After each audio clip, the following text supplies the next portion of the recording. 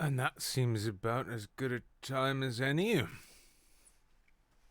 hello, everybody. Welcome to the final show. Final show of fucking February. It's over. Oh, thank Christ. It's over. Oh, that was impressive on a redneck scale of 1 to Larry the Cable Guy. I'd give that a Jeff Dunham. Well, welcome everyone to the end of your week, the end of the month. February is finally fucking over. We could start looking forward to warm weather, hopefully, as well as... Oh, yes. Oh, yes, clean shaven. I'll be explaining that in just a moment, because I do have...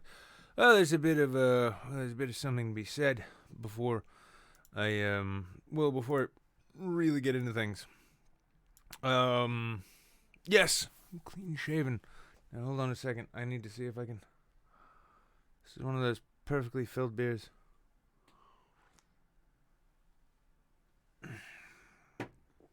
I'm not saying that because it's tasty. I'm saying that because I managed not to spill anything, and I'm rather proud of myself. Now, speaking of proud of myself, and speaking about, I suppose self-reflection in general, I suppose I have some explaining to do in sort of a sense of ways. So, before we get into the main meat and gristle of the show, especially because it's a good time now, because only the real hardcores are here at the beginning. I have been losing my mind for a while. And I'll explain what I mean. So, naturally, anyone who pays attention to the show with a server, my Twitter feed, has likely noticed that I've been a bit on edge lately, maybe, yeah, and I will explain that now. This year has not been kind. Last year was not quite kind. The year before that was not very kind. Now, see, years and years ago, I wound up homeless, living on a cat piss-soaked couch in my brother's sort of side living room. And there were no jobs to be had. And from that, I hustled and just kept shaking the dice and came up with all sorts of really clever ways to make a living and get by and not starve to death. Now, one of those ended up being YouTube. Now, with that, I managed to grow a channel, which worked rather well. And, unfortunately, it grew according to that whole anti-SJW thing. Now, like a lot of other people, I grew out of that. I mean, naturally, you can only talk about how stupid a Guardian columnist or some rainbow-haired twink at Evergreen College is for so long until you become a bit redundant, although apparently redundancy is still a thing. But over the course of that time, as it grew, what seemed to continually happen was that I made one bad decision after another, associated myself with one bad party after another, finding myself sort of getting fucked over in the end one way or another. Whether we're talking Sargon and his Patreon crusade, or Jeff and Kraut with their own little fucking crusade, well, I kept getting ground under the gears of other people's bullshit. And over the last 2 years, I've discovered that literally everything I've built, both over there and here, this show included, has suffered as a result. But that's not the entirety of it. To say that the failure or problems with a new media career were enough to drive a person crazy, well, that would be a bit pathetic, I would say. In addition to all of this, there's been issues with my daughter. I'm going back to court on the 3rd, actually, so that'll be fun. And on a month-to-month basis, I'm oftentimes wondering whether or not things are going to pan out.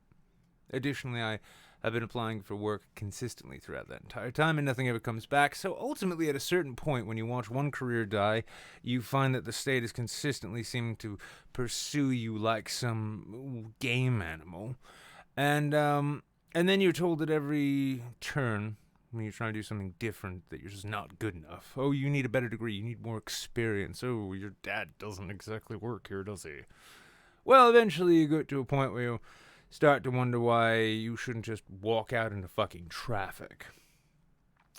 Thankfully, with this show, what I keep coming back to is the fact that even though this show used to bring in over 100 viewers at a time, and now it's, well, I'm lucky if I can get maybe 30 watching at any given moment. And even though I do genuinely feel like I was fucked over by my ex-co-host, who managed to trot off and do a whole host of things after his own fame recovered, and then we can't forget that little hot mic moment. Even though all of this shit is the case, what I keep coming back to, what keeps drawing me back, is the fact that I can count on at least a dozen people to actually count on the show. So many of you reach out to me and tell me how this is the highlight of your week. And truth be told, on my worst days, and I know I've even seen it in comments and such, numbers of you have probably noticed that I've been sort of low energy lately, just sort of mopey and down. Well, that happens when life turns to shit. But it's kind of fun because, much like comedy in general, and for those of you who are not comedians and not familiar with the art of comedy in general, I've only recently started learning this. It is itself an act of defying depression. There's a reason comedians are so often alcoholics, drug addicts, and, well, they kill themselves. It's because it's because life is shit. And for intelligent people, in general, this is the thing I've noticed too. You ever notice that the happiest people on earth tend to seem to be the simplest, you know? They're the kind of people like, well, there's a God up there and he loves me, and I'm just going to keep going to this job and making these sprockets, and that's a good life. And, I honestly envy those kind of people. They never reflect on how horrible the fucking world is. And for people who spend too much time, or any time at all, reflecting on how awful life in general, or the world, or other people can be, or how awful, especially, too, this is a big one, how awful people can be to each other. And this happens a lot on the fucking internet. A la the very existence of scumfucks like Andy Worski or Mr. Medicare. When you dwell on this too much, it's enough to make you think, what's the fucking point? I should put a goddamn bullet through my head and spare myself the indignity of having to watch this shit show play itself out over time. And that's where comedy comes in, though. Because when one actually genuine, and I'm not talking like the shitbag point and laugh internet style, like, fuckery. I mean real comedy, especially stand-up. And this is where it all kind of comes together, is when you can take the awful things in the world and find a way to make them funny. It's not that you're trying to entertain an audience. You hope that you are, because it's a wonderful thing. But the act of doing that itself is one in which you sort of alleviate yourself from the suffering of having to focus on that. And so with that, as my recent activity and habits have been rather dark, I'd say, the explanation is simple. My career has been dying a steady and slow death, partially, I'm sure, due to my own actions and impressions, but also largely due to dishonest scumfuckery by other people and their needless obfuscations of responsibility for what it is they had done. But all the same, to watch something that you built and loved and really hoped for, and something which actually brought you out of homelessness and poverty, crumble in your fingers like that, without any chance or possibility to keep it together, it's a difficult thing. And then to top that off with things such as, in my case, a senile father who I'm literally just waiting for him to die. My daughter, not even going to go into the specifics, but let's say lots of problems there, heading back to court soon. Living in a place like this, surrounded by junkies, misery, and an ever-increasing cost of living, which in no way actually matches the quality of life. All of this can lead a person to go a bit crazy, especially if you live alone like I do. So to you who've had to experience, see, witness, bear the brunt of this in some way, you have my most sincere apologies. I'm not here to unburden myself on you. I'm here to entertain you. You all have your own miseries too. And the job of an entertainer, and hopefully, I dare say, I still feel a little weird about saying it, but a comedian in a sense, is to lighten the load in that way. And if I have failed in any way doing that, I sincerely apologize. And I will do my very best to, well, do better in the future. Fuck! I didn't change the goddamn show text! Oh, this is all it's all gone Pete Tong. It's all fucking terrible now. Never mind, I'm canceling the show forever. Anyway, let's get into it. So, here we are. It's Friday. It's the end of February, the worst month of the year. It's a weird month, too. It's been a really weird month here in New England, especially because it's been so fucking warm, but then it gets bitter cold, and there's icy winds which blow, which was funny because I had my windows open in my bedroom the other day. And, well, not open, but they opened themselves because fucking poltergeists, I guess. And it sounded like there was a fucking freight train just constantly passing through my room by way of the wind, and I found that exceptionally relaxing. It's kind of strange. Now, maybe it was because I'd finished watching both back episodes of Archer and Peep Show, which, by the way, because I know Jables is watching right now, and Jables has recently discovered the joys of Mitchell and Webb. And if you haven't seen them yet, you are missing out. But all the same, yeah, it was a weird set of dreams then, man. Fucking weird. Fucking genuinely bizarre. And, yeah, so February's fucking over. Hopefully March will be coming along, and which means April comes after that. And that means after that is May, which is, by the way, the Empress's birthday. But at the same time, that's also when I can start riding my motorcycle again. And then if I ever want to just unwind a bit, I can just ride that steel fucking horse straight into a concrete embankment at like 130 miles an hour. Wait, I mean take long, relaxing country rides through the countryside at reasonable, completely legal speeds, avoiding all obstacles and solid objects in my path. So there we go. Yeah, and Jables is seeing exactly what I'm talking about. Have you been binging, Jables? Have you been binging that Mitchell and Webb look? I fucking hope so. Anyway, do have some news, of course. That's what this show is all about.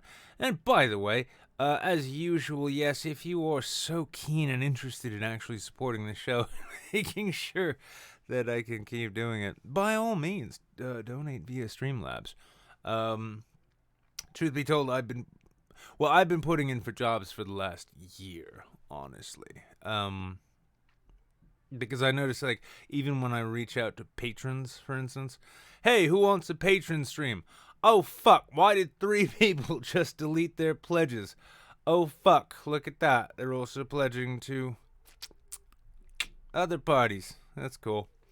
And, yeah, so I am in the process of looking for work. Hopefully something will come up.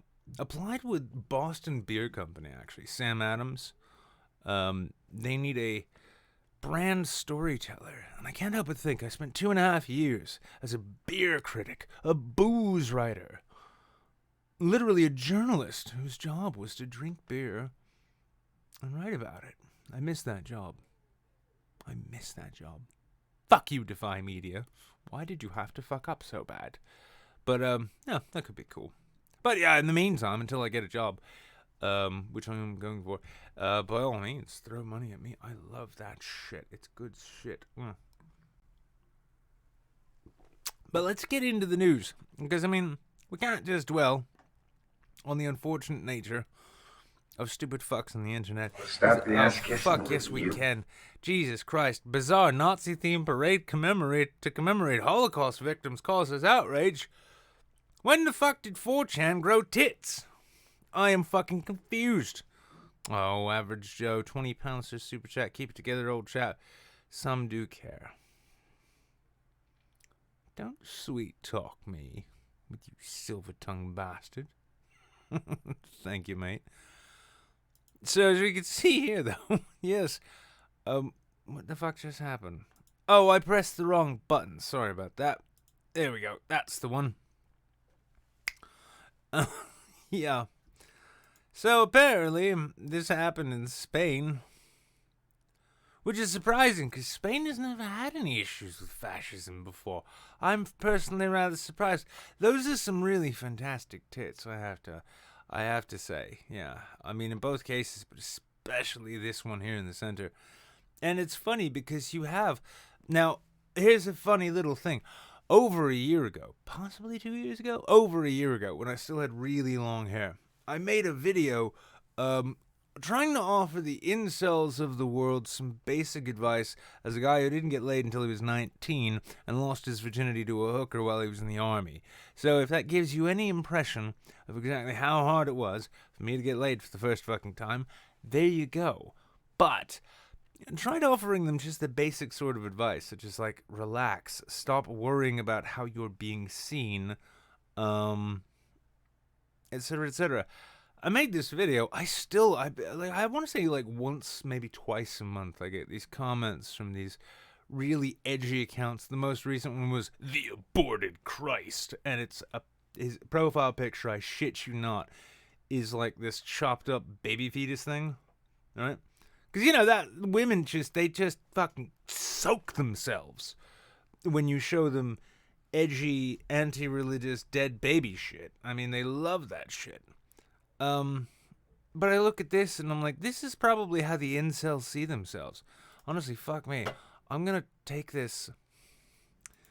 Yeah, can I save this image? Yes, I can. Yeah, I'm saving this image. I'm saving it as incel parade. That way I'll remember why I saved it. And I'm changing the thumbnail of that video to this, and I'm changing the name of that video to incel parade. So, tell me I'm wrong. Go ahead. I fucking dare you. Tell me this isn't how incels see themselves. Oh, those Nazi-ass Stacys just trying to bang those Chad Turks, I suppose? I don't know. I haven't taken this analogy to its logical conclusions quite yet. But, this being the case, you know what I'm going to do? Yeah. While I go over this article, here's what I'm going to do. Let's do ourselves this and that. I'm going to bring in my two, like, well, I was going to say seconds and thirds, but no. I'm just going to bring in my boys. This way, when we get to the dice rolls, we don't have to worry about the regulars overcrowding the room. So introducing Jables and introducing El Presidente. I would like you guys to go over this article with me. How does that sound? Hello, ladies and gentlemen. Are you ready? Are you ready for those Spanish fascist titties? The fascistas? Oh, yeah. You see, I don't have a great... What? Did you just say fascitas? Fascistas? Fascitas? Yeah. Fascitas? Fascitas? Yeah, The fascistitas? Yes.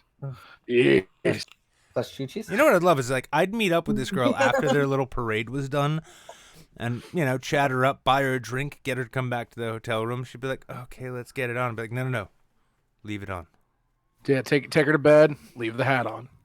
Leave the hat. Fuck it, leave the jacket on. Yeah, maybe just the armband. Let's see. Maybe just the armband. Yeah, there we go. Yeah, like the armband and the hat. You got to leave the hat on. The hat, that's prime. It's perfect. Oh, perfect. and then you discover when you take the armband off, though, too, it's actually just like it's like a stretchy Velcro thing. So it's like, all right, I'm gonna put this around your throat. It's gonna choke you just enough. Oh, you're gonna feel great. Yeah, it's gonna be great. It has the type of elasticity that it just goes down on the veins, not the throat. Also, like, post coitus. Let me ask you. I mean, how do you feel about chlorophyll and the feel of soft soil completely surrounding your skin? Like, I know you're not a fascist. Of course, you're not a fascist. This is all just a part of a larger commemoration for the victims of the Nazi Holocaust. Oh, hey, I'm a Jewish person. Hey, you know what we could do? We could have our own little version of Anne Frank up here, and I'll play the part of Anne Frank, and you play the part of the Nazi commandant. I know you're not that much of a fascist because you let me cross your border. Yeah, exactly. Now, the greatest thing too is, like, I'd drop trout. She'd be like, "Oh, are you a Jew?" Like, no, I was abducted when I was young by a series of rabbis. I'm kind of retarded. They sliced and sucked They me. brought me into their ship. They did all kinds of experiments on me. It's weird. I didn't know Israelis built Ford E-Series vans, but they do. And I was drawn into the doors, and then I was cut and sucked. Yes, I know, that sounds hot. Wait, we can get to that later. But, no. Yeah. They said, we're going to take your entire foreskin off. And then they programmed the machines to take 50% off. I only have now 75% of my foreskin. I actually was recently informed by none other than InfoWars itself that apparently the reason they take the foreskin is so that they can sew them into parachutes for the IDF and Navy SEALs to use, so they can invade Spain. Are you part of the resistance? And this goes full circle now, darling. Does that make you hot? Did you know now is the time to get it on? Did you know that the one thing that the state of Israel finds most abhorrent above all other things is Spanish girls doing anal? Are you ready? I hate it. I hate it so much. Are you ready to resist Zog, my love? See, I knew as soon as I said that it set someone off. Larry's like, anal. When did this become a thing? Used to be I was in control of the memes. Now you people just show up in the chat and say anal in caps. I mean, I'm fine with it, but all the same. I like the enthusiasm, though. It's in all caps. Like, exactly. Like, look, you're gonna skip all the other shit. Fuck foreplay. You're going straight for number 2. Yeah, if this Spanish fascist chick with fucking like facial jewelry and granny panties can handle it, well, then clearly the chat can too. So let's get into it. Dancing Nazis in lingerie and pajama-clad concentration camp prisoners. Boy, he's the boy in the striped pajamas, guys. Were among the participants in a bizarre parade commemorating Holocaust victims during a Spanish carnival. That's right, guys. Weird fascist Nazi shit. It's really just hiding out in the dark parts of the internet, and apparently certain towns in Spain. The parade held Monday in the town of Campo de Criptana included a Hebrew menorah lamp between 2 crematorium chimneys and other inappropriate imagery used by parade organizers to commemorate the 6 million Jewish men, women, children who perished during the Holocaust and those who suffered persecution and extermination because of their race, sexual orientation, religion, ethnic origin, and political ideas. That's quite a statement. That is absolutely fucking amazing that they even considered this, let alone pulled it off. Yeah. Among the attractions during the parade were a group of dancing women wearing stylized pajamas waving Israeli flags, a float featuring a building. Yeah. A float featuring a building, a pair of chimneys beside a menorah, and a black-clad Nazi woman carrying an eagle-topped staff, armed men wearing brown German soldier uniforms, and scantily clad Nazi dominatrix leading pajama-wearing men. Okay, let's take a look at the little Twitter here. Let's see what this is all about. We've got ourselves. Come on. Oh, there. Yeah, no. I admire the devotion for the costumes and the float. First and foremost, those are not Nazis. That is M. Bison, friends. I don't know if you're familiar with the uniform of the Nazis, but that's not it. Also, wearing a cape. Capes weren't exactly German things, but you know what they were? They were definitely Francisco Franco's things. Well, doesn't look like Hugo Boss. I'll put it that way. I just love the fact that like a bunch of people got together and be like, you know what Spain needs? A parade, tacitly celebrating flamboyant fascism. And Like this was a comedy of errors, wasn't it?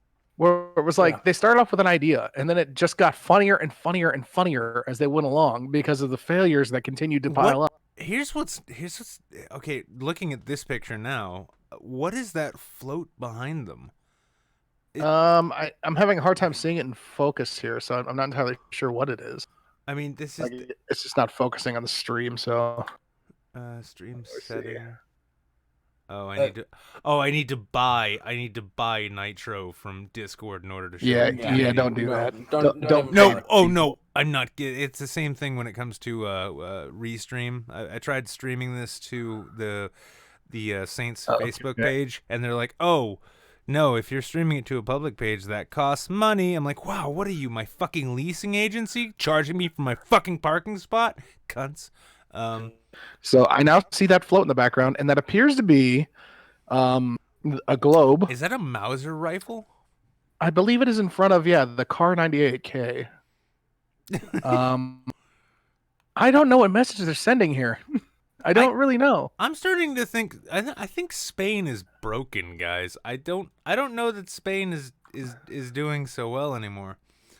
Is this Is it? Oh wait! This is the producers, isn't it? Oh, hang on. We got a video. So this is the producers. Like they did this because they wanted to collect on some insurance money, didn't they? You're right. Well, I mean, yeah. Like, oh God, is there like an EU insurance plan for failed parades that I'm not aware of? Is this? I bet there's life insurance available for parade attendees. Jesus Like, Christ. Holy shit. Like, listen up, all you Nick. Brexiteers here. This is how you fucked up. Instead of, like, leaving the EU and letting Tommy Robinson be a folk hero, you should have just stayed in the EU and let Tommy Robinson do whatever the fuck he wanted and then collect the insurance money. I'm sorry, I don't mean to sound too Jewish. I know that's not too popular with the Brexit crowd, but, money's money. Yeah, it like Nick, Spain does a lot of weird shit. Have you seen their military uniform? Yeah, I know. Okay, Yeah. have you seen gay the as military? Spain is a fucked up place, and I kind of miss the fact that Barr isn't here anymore, because like we really need a Portuguese guy to fucking let us know. In fact, why the fuck isn't he No, here? okay. I haven't talked to Barr in weeks. I fucking hate his new girlfriend because I haven't seen him around ever. Oh, is that why he doesn't hang out and watch the show anymore? Yep, that's Because he gets exactly right. regular quality pussy. Man, because he's getting laid. what a loser! God damn it. Listen, I mean, all right, I'm just going to have to start posting links to this stream on incel forums, and I'll be like, listen, guys, come on in. I promise no one here's ever had sex. Shh, everyone shut the fuck up. No one's here ever had sex. No, it's fine. You're in safe grounds. Hey, do you want to watch a Spanish Nazi parade? Wow, you're really enthusiastic about that. Okay. Yes, with the rest of us wizards. Do you want in? Yeah. So instead of honoring the victims, the parade as outraged Jewish groups. Oh, for fuck's sake. Listen, speaking as a Jew myself, like, we've had untold numbers of people try and exterminate us over the years and generations. Can we stop being offended by this shit? Can we just, like, pass it off as, like, a bunch of retards and then just make fun of them until it's so cringy to be this that it doesn't bear fruit anymore? Because when you get outraged, that's kind of what these dipshits are about. It's sort of like, these are the kids, these are the people who intentionally shit their pants until they were 7 years old just so mom would pay attention to them. I'm not just referencing my neighbor. Nobody insinuate that. I'm totally doing that. But Yeah. Well, I mean, if you're talking about like Jews being offended or anything, look at Ari Shafir. His dad survived the Holocaust, and he doesn't give a fuck about this. well, Ari Shafir hates his life, so he probably regrets the fact that his dad survived the Holocaust. Yeah. Like, I'm still trying to figure out. Like, let's drag this thing back to its inception. This is like a Michael Scott production, right, from The Office. Like, this is not like this is not a real person's idea that came into fruition. This is clearly a sitcom that was filming and nobody was there who was a part of it. Yeah. Like It this was is a- a trigger happy TV segment. This is like some goofy fucking like candid camera segment. This is not reality. This is clearly Okay. a setup. Okay, let's get through the article and watch the video. So naturally, the Israeli embassy said we condemn the violent, disgusting representation, banalizing the Holocaust and the Carnival. In a tweet, Auschwitz museums should not have Twitters, by the way. Where many of the Holocaust victims were murdered. Wait, at the Auschwitz Museum? Okay, never mind. Said the parade was, quote, hard to describe, memory upside down, beyond vulgar kitsch, without any relevance, without reflection or respect. Let's take a look and see what they were doing.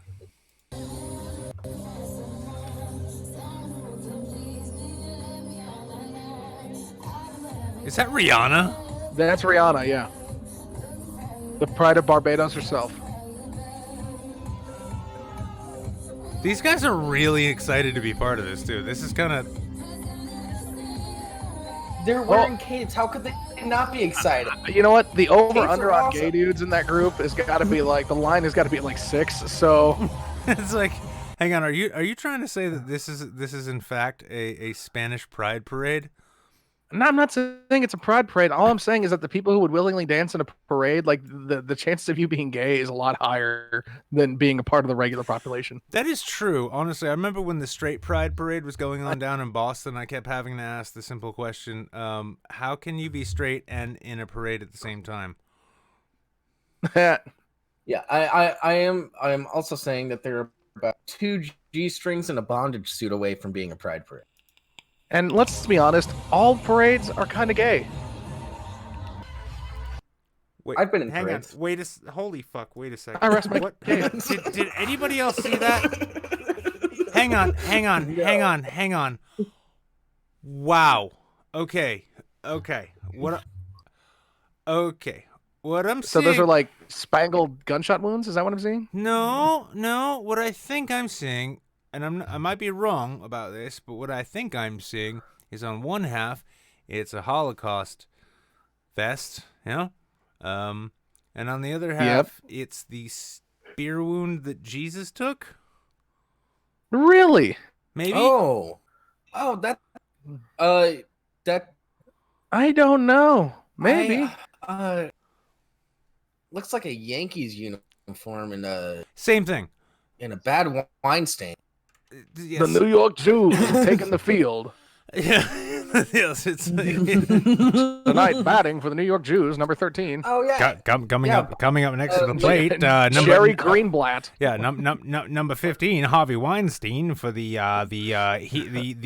Hebrew Israelites. Holy shit! Let's see where this Jews for goes. Up. Jesus. Well, we've got 20 more seconds, and like, just in that 5 seconds, it was so horrifying. I'm like, man, what can this last 20 seconds be?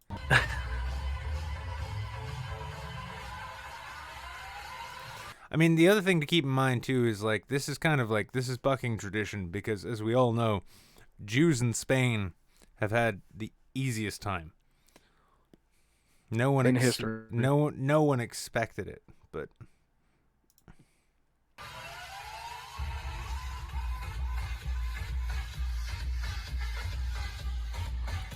this is the thing. This is what like the Proud Boys and Richard Spencer and all his like little butt buddies need to get with.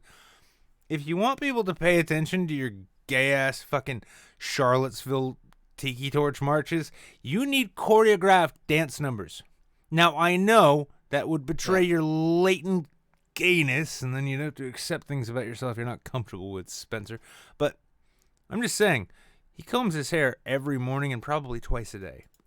I just want to say one thing here, Maybe- and maybe- I'm not going to judge anyone for not agreeing. I just want to say that the pictures that we're seeing right here go to show you that middle age in Spain is a bad time in this world, man. Look at these people. We were talking, Holy fuck. dude. I think we went over this. I think we went over this a bit on Wednesday. Like it's like what is it? Super Lopez, like. Spain, Yeah. Like here's the weird thing is that Spain these days might be the only people who are like the only group of people who are more self-deprecating than New York Jews. I don't know. Let's see. Let's see. Yeah. I'm seeing. Maybe these are all British expats. Maybe I'm just wrong. Right? Yeah. It's like, this parade looks like a lot of fun. I do have to say that. Yeah, if they were throwing out candy, I'm all down. Yeah, well, this is. I mean, well, here's the thing: is like I haven't checked his Twitter lately, but if anybody like if Sargon's taken a holiday to Majorca recently, keep an eye on the crowd. Yeah. What are you kidding me? He's the Grand Marshal of this fucking parade.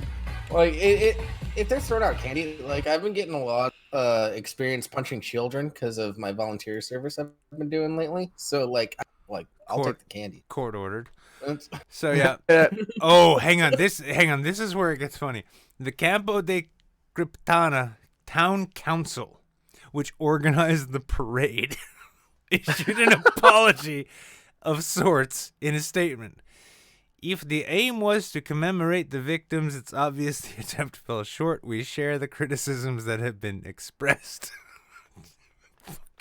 Like that guy, I feel that guy. Like the person who made this statement, or that woman. I don't want to be sexist, but like, this is basically them staring at this thing, just being like, I can't even fucking believe we did this. It's like, well, evidently this one turned into a fucking impact crater that is now slowly filling with water. I could just see it like the mayor of what is it, Campo de Criptana, right? He's got like like his dad was a German expat, and he's just like, wait, we paid for this parade? See. Okay. Okay. Pepe, what Pepe, I want you to come over here, Pepe. Who allowed any of this to happen? Have the Polish done anything recently which would maybe draw attention away from this? No, the Polish have been very quiet, senor. Okay. Well, as your mayor, Senor Venderschmidt, I'm going to have to find one of you to burn at the stake for this. It is the only way to bring back the dignity of the Jewish Campo people. de Criptana. Campo de. Listen, Campo de Criptana. Do you have a sacrifice? Listen, when I start to get calls from the Jewish community of Campo de Criptana, listen, I do not have time to take 5 phone calls in a day. Do you know how many Jews are in Campo de Criptana? Can we Photoshop this to make I didn't either until they called me in anger. Can we make this look like an angry virgin parade? Well, si, senor. Well, what do we have to do? Well, really nothing. That's the funny thing. Oh, I see. We will blame the hacker fortune. Maybe we could say that it is a pride parade and that all of this is one big, sarcastic thing, ironic in a way. It's more about the evolution. How do they say it's a meme, bro? You cannot blame them for this. They were born this way. Yeah. It's like Lady Gaga as they dance down the street. It's a meme. You're my bro. Okay. It's okay. Everything is fine. Well, listen.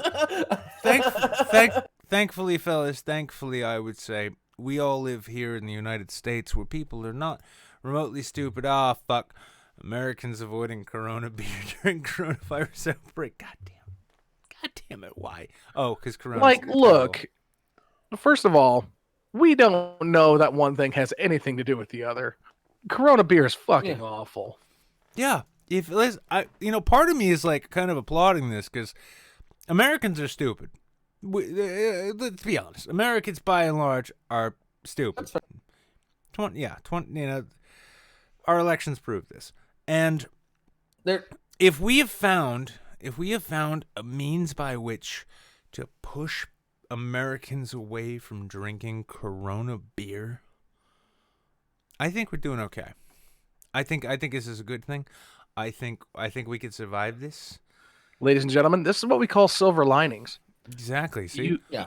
you need to take certain things and then just look at them on the bright side. Half full kind God of. damn it. All right, now here's the thing. And This and is for Let me point out, this is from the Toronto Sun, and let's keep in mind, Toronto is the city which produced both Andy Worski and Jay Station, so maybe Americans aren't necessarily as stupid as we think, because in this article it says, according to a survey which questioned 737 people, which makes me think whoever was tasked with making the survey calls decided to just punch out early, because what the fuck kind of sample is that?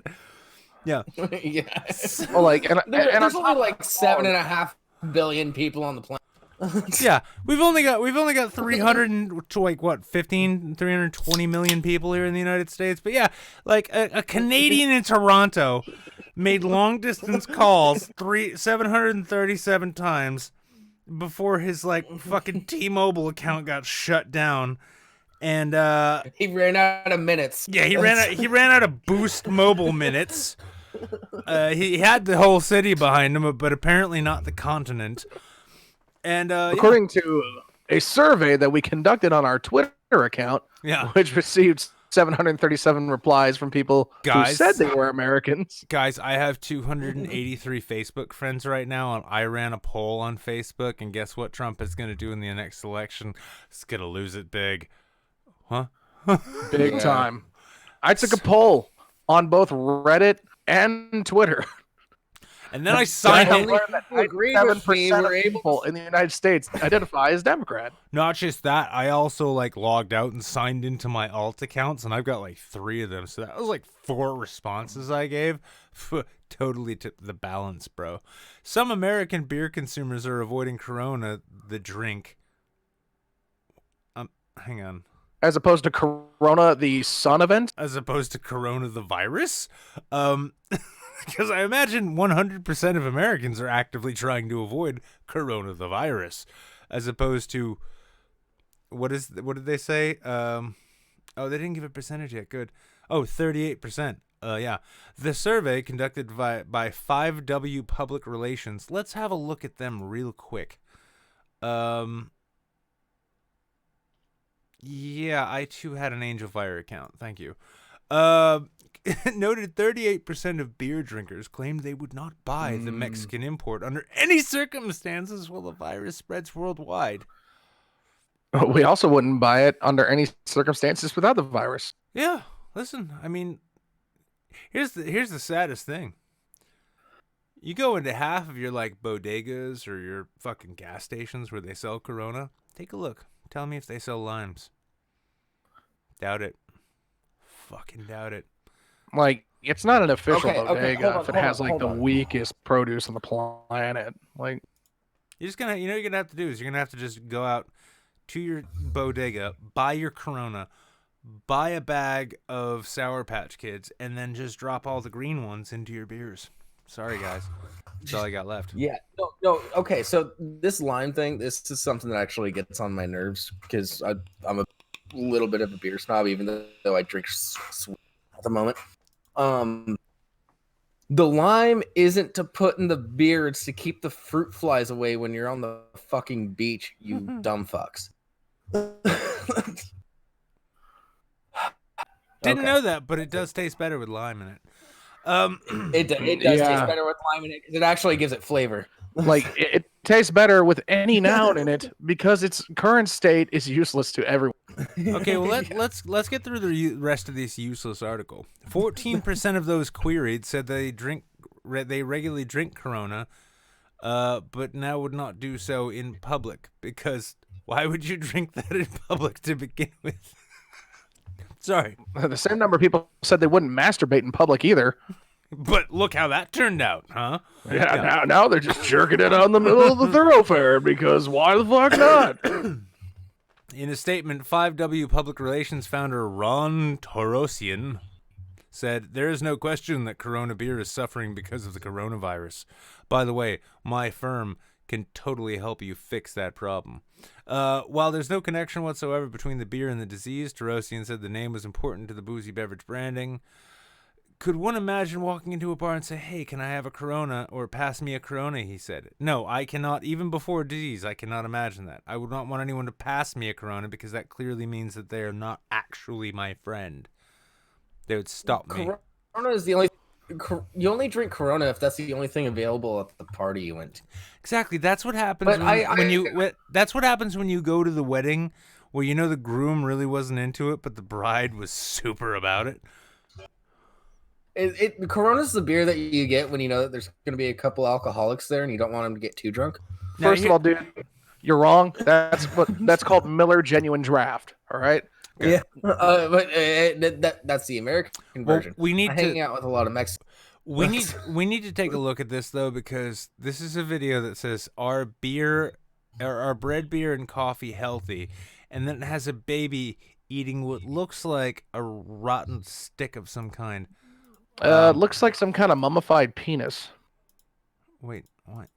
Wow. Ooh, that's gross. Oh my goodness. Baguettes. I can tell this is a quality. Coffee's. I can tell this is a quality video. Wait, no, I don't see the now this in the corner. They're using the same music in the same format, but I know it's almost like it's a Spanish knockoff. There we go. Oh yes, let's incorporate fair use clips of movies that we've all seen. Oh look, there's bread rising. Hey bread. Hey, we're gonna bury this bread now to find out if it can survive underground. Can the bread survive underground? Let's find out. I hope that my bread tree will rise and fruit within the first 3 years. Otherwise, this orchard is going to look very stupid. Midget Darth Vader doesn't want his bologna sandwich because he's worried about heart disease. Well, the problem is you gotta fry the bologna. Be gone, thought. A bologna killed my father. Wait a second. Turns out eggs and the cholesterol in them are perfectly healthy for you. Eat more eggs. Son of a bitch. We hadn't figured that one out over the past 100 years. Wow, grains are good for you. And oh my God, they're feeding that baby a sesame seed charred leg of another baby. A tall baby with like very long legs. Suet stick that you would hang out for birds to eat. Yeah, it's just like, hey, look. Look wait. Look closely. No, that looks like an everything. That looks like an everything bagel, but just in a bag. Yeah, that can't be healthy. Look at all that salt. Well, here's the thing. Do you want to know why he's eating it and looking off for approval? It's because, as you can tell from over his right eye, he's been beaten for not eating it correctly in the previous take. What's your problem? What's your problem, Skylar? You want to be a star, don't you? Listen, guys. Listen. I mean, this is the thing. Is like, as a parent of myself, I can say, it's something we need to come to understand. Is that if you want your kid to get the take right, sometimes you gotta discipline them with, like a tack hammer or something. I learned all of this from the Joe Jackson book of Raising Pop Stars. Exactly. If you want a Michael Jackson, you gotta beat him just enough, but not too much. Most scientists. If you want a Tiger Woods, you have to psychologically destroy them. I love, if you want a Louis C.K., you just have to have a kind of shitty kid. I'm gonna go. Childhood. I'm gonna go. Hang on. I gotta put the glasses on and see if I can actually get the. Yeah. Can I? Oh, I can't. Can I? All right, because I just gotta make sure this will work. Yeah, I gotta take the color saturation all the way down. All right, I'm gonna give you my best. Here's the thing.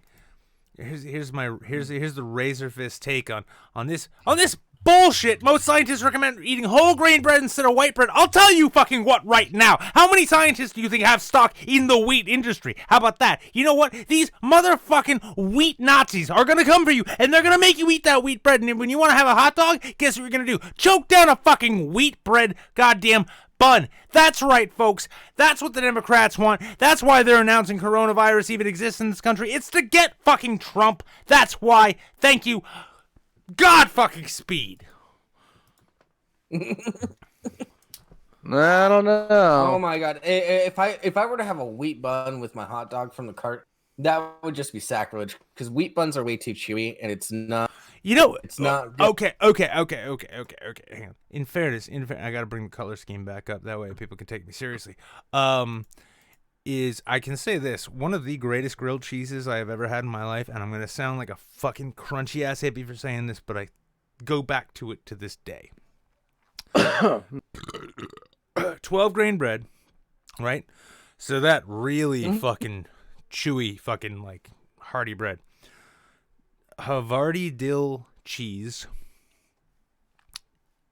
Okay. Alfalfa sprouts and tomato slices. Yeah, you're right. That's pretty crunchy. It is so Yeah. fucking good though. That's like pretty tomato crunchy of you, my slices. friend. I don't like tomato slices. Keep in mind, I'm a guy. Wait. Let's just say I'm a guy who orders Domino's more than twice a month, and that is my like one of my favorite fucking sandwiches though. Oh yeah. So I used to. Oh, never mind. I'm gonna be honest. The other thing I was gonna say. I'm kind of retarded. Have you ever heard Larry- of Dave's Killer Bread? Larry, what the fuck, Larry? Larry, you're having a hard month too. I love you. Thank you. I think I trained Holy the YouTube. Yeah, I think I trained the YouTube bot correctly. And now he's basically like, you like Japanese girls rocking it hard. Got it. So here's the bot's latest output. Yeah. But Nick, have you ever heard of Dave's Killer Bread? I've heard of it. Okay. Do you know the story behind it? Did he kill someone and turn them into bread? Literally killed a guy. Yeah. No. Was He it one of literally those killed- like I will grind your bones and to make my bread kind of things? And then he made the bread. No. It had nothing to do with that. Like he was pissed off about something at somebody. I forget the entire story, but he just straight up killed somebody. Went to prison for a while. Learned to bake bread there. Found he had a passion for it, and started making like awesome breads. Super healthy for you. I And started selling it, and like that. like in like every bit of bread that I've had from that brand, fucking delicious, fantastic. And Some all of it costs is some a of it- man's some of it you- life. Some of it you cannot trust. I'm okay with that because it's really. What is the fucking- life of one man compared to the state of bread? I didn't fucking know the dude. Fuck, I don't give a shit, man. Let's take It a was but one life. What is one life compared to the state of bread? Wait a second, hang on. They're talking about beer now. Whoa. A can of beer has the same amount of calories as 2 slices of bread. Well, that's funny because you know what? Okay. I like double decker sandwiches with 4 slices of bread, and I also like to drink 10 to 12 beers a day. What do you got now? Now this, huh? How about Bitch. Yeah. So I have like 2 loaves of bread a day. Whatever. Can you put peanut butter and jelly in your beer can? Oh, guess what? Checkmate, beer. actually, there've been some breweries that have tried that. Yeah, bad one. Yeah. Awful Actually, one. Terrible one. I know a brewery that actually has a pretty tasty peanut butter. Yeah, well, they can kiss both halves of my ass. Okay, hang on. Listen, we got the first part of this, and so I need to like. This is how I'm going to decide whether or not I firebomb Harvard. An analysis from the Harvard School of Public Health found that light to moderate drinking, okay.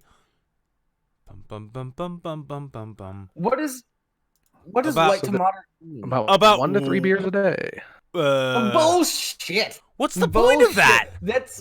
That's me just like trying to be able to eat for that day. No, trying to get over. Here's a fun thing. Hang on. Examine this still shot closely, and you'll notice 2 big things. Well, 3 big things, actually. 1, all of those bottles are Anheuser-Busch 22 bottles. ounce. No, all of those bottles are ordinary-ass 12-ounce Anheuser-Busch bottles. The other thing, they all have had the labels peeled off, which means that every one of those people or the producers are very sexually frustrated. But the third thing, look at how bad those bottles are sweating. Those things were left out, sitting out to get warm. And if I'm not mistaken, if you look at the one in the back, I think they still have the fucking... Yeah, they've still got the goddamn caps on them. Yeah, those are cap beers. Oh, except for that one. Yeah. Well, that's because one of them leaked some shit. Well, I mean, Harvard's based out of Boston, and I'm a New England-based actor, and I can say, like, when I see these fucking, as a Boston-based fucking actor, I'm like, basically, I'm fucking Ben Affleck over here, and when I see a call for, hey, we need somebody to come take part in this fucking Harvard alcoholism study, I say, hey, I was born for that, and then I show up, and they're like, all right, we gotta, don't open the beer, and then right before they say action, they'll hear that cap come off. I'm sorry. Do you want to stop and reset, or we can go? Okay, we'll go. Clink. So this is a Hobbit study. By the way, this right here, light beer like that in a clear bottle, bad fucking move. That's how you get skunky beer. Don't do that. Very true. Or it's just Corona and it was brewed that way. No, very true. No, Yeah, in general. Jables is absolutely right, actually. No, I know he's right. Yeah. But I know that I'm right as well. Yeah, actually. Nick, also, have you ever done that trick where you like tap somebody else's bottle with the bottom of yours and make it foam over? Yeah. Yeah. But don't go classic. overboard. More than much 4. Oh my God. No, I've seen people break some shit. It just takes a little tap. I love how, see, the thing is like I started out this whole thing going over about how I'm losing my fucking mind and I'd love to just fucking, like, comet to fucking crash into my apartment. And now, like, Harvard's telling me, like, don't drink more than 4 drinks a day or you'll get heart disease. Hmm?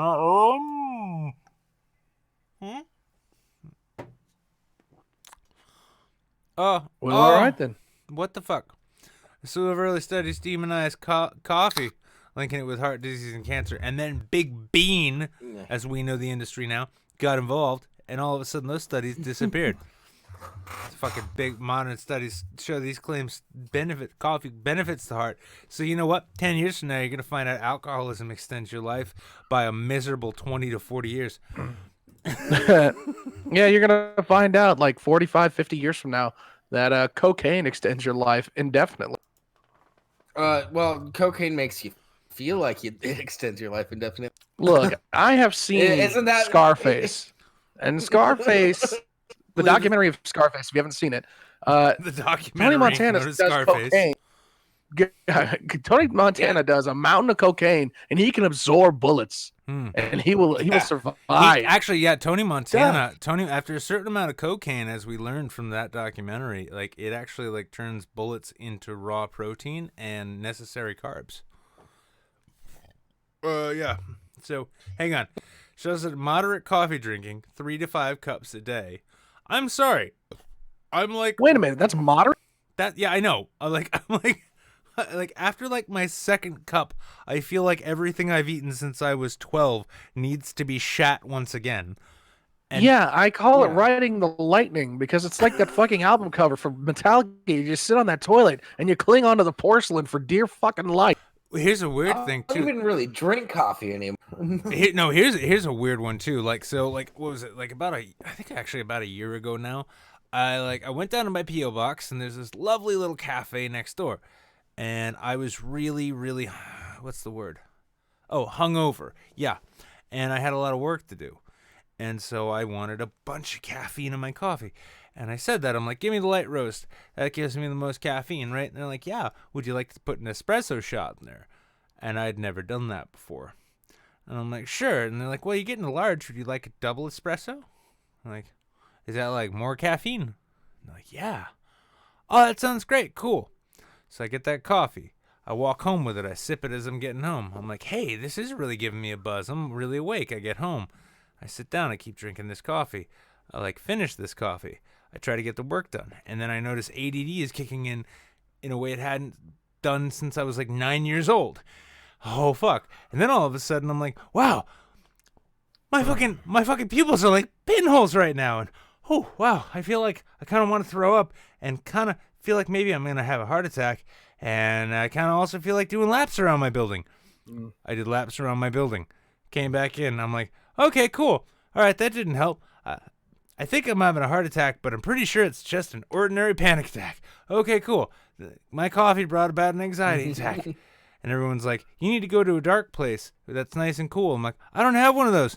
Oh, well, what are you going to do? I'm like, they're like, we'll try to burn off the energy. Cool. Did three laps around my fucking apartment building. Came back upstairs. I'm like, no, still think I'm going to die. Still pretty sure I'm going to die. Yeah, I'm going to die. Oh, what the fuck? Okay, no, I'm fine. Wait a minute. You telling me I got to go to a cold, dark place? The only place that I know of that's cold and dark is my mind. I can't get in my mind. It's like It's cold outside and I'm already in a dark place. problem. Here's the thing. I did a speed run at Dante's Inferno, and I'm pretty sure one of the circles of hell is cold and dark. So I'm pretty sure I'll get there eventually. Oh Christ! Hang on. You know what? I'm just gonna. I know what try. I'll do. I'll go down to the park and I'll just start screaming at the top of my lungs. Yeah. I'm just gonna walk up and down the street dressed in nothing more than a stained Carhartt hoodie and a beanie, screaming at people as they walk by. Why isn't anyone noticing me? Wait a second. This is just what Clawing you at my find skin downtown. like there's spiders all over it. Oh God, what do I do? So yeah, 3 to 5 cups a day is moderate coffee drinking. Fuck you people so hard. This is clearly written by some hipster who has never actually experienced the joys of alcoholism, to where you learn that, like, you know what? If you're hungry and you drink more, once you pass that point, right, that alcoholism point, if you're hungry, if you drink more, you get all those nutrients that you quote unquote need, and you're not hungry anymore. I'm not saying I know.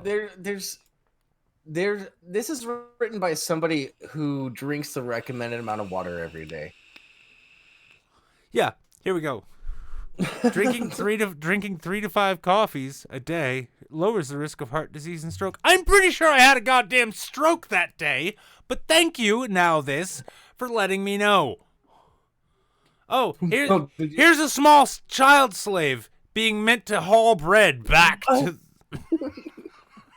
Don't feel guilty. Their family is starving. They need the bread. She stole that. You know Hauling back an entire faggot full of maggots back to the cave.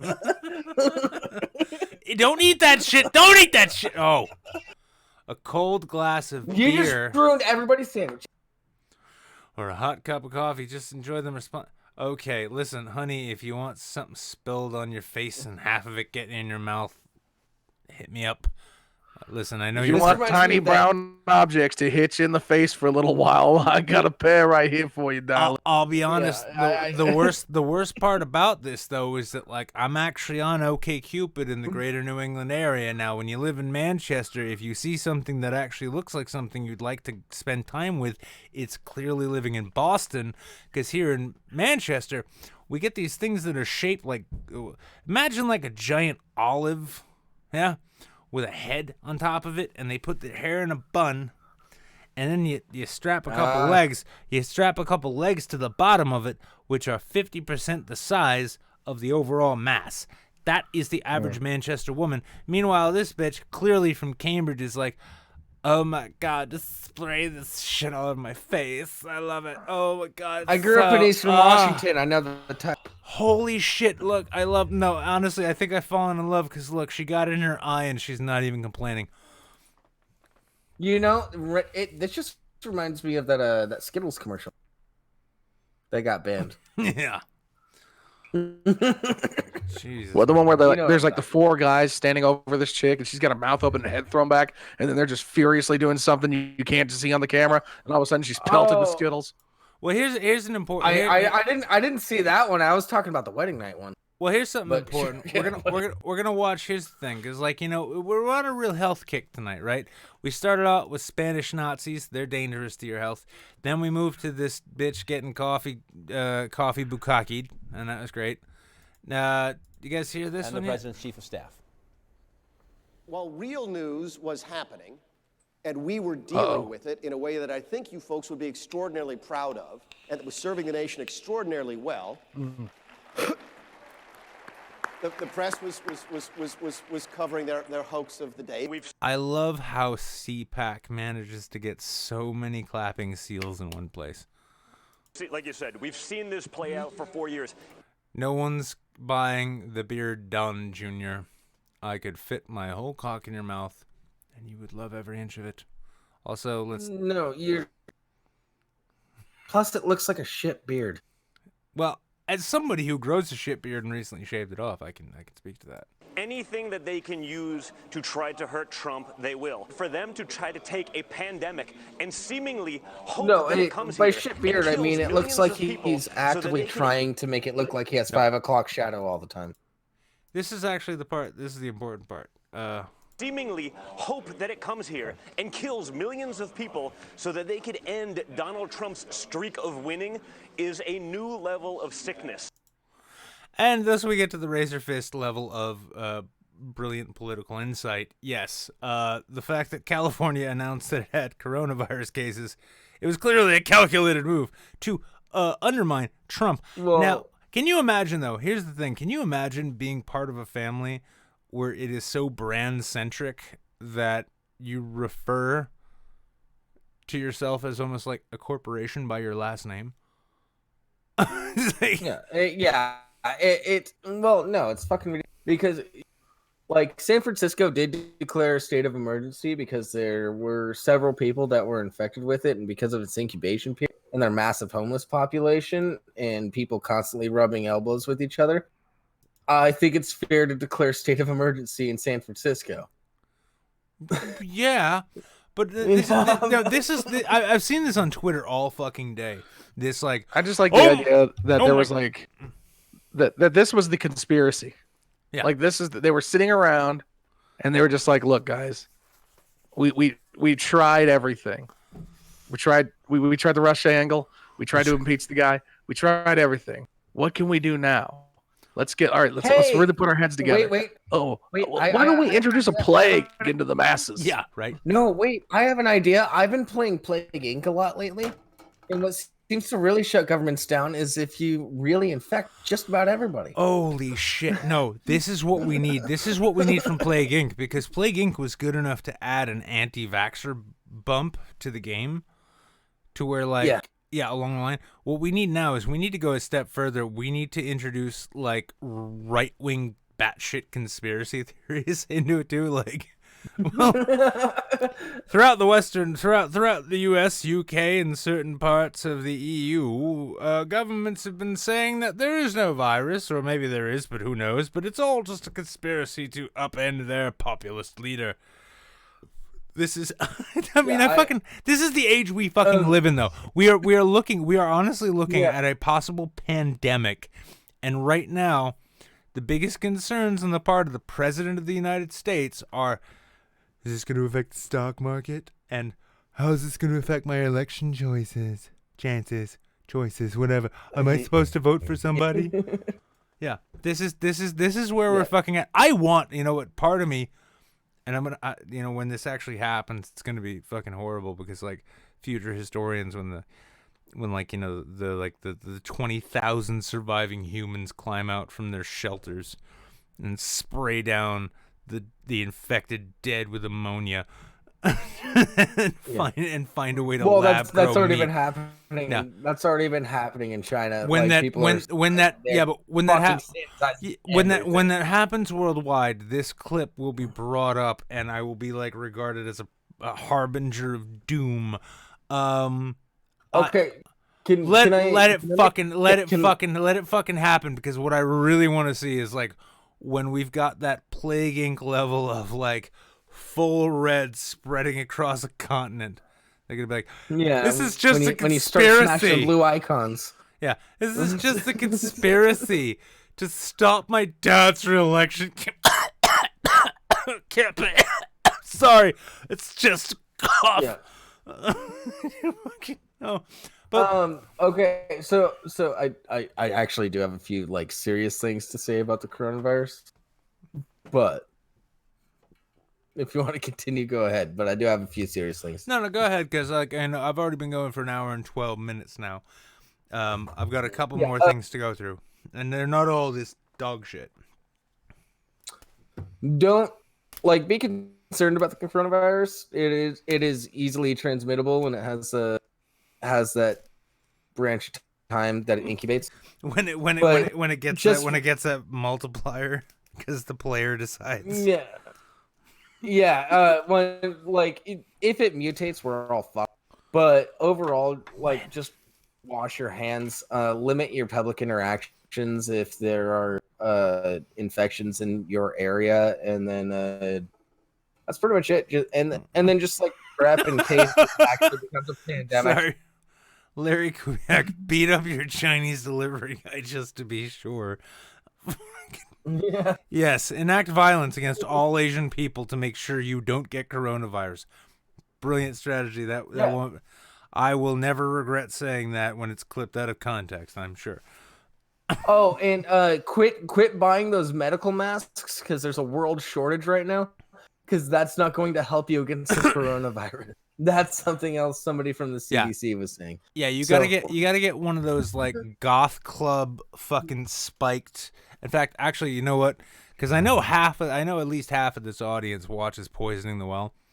Next time they do a stream, if you cannot convince SoFane to get a bedazzled spiked fucking rebreather mask to protect himself from coronavirus.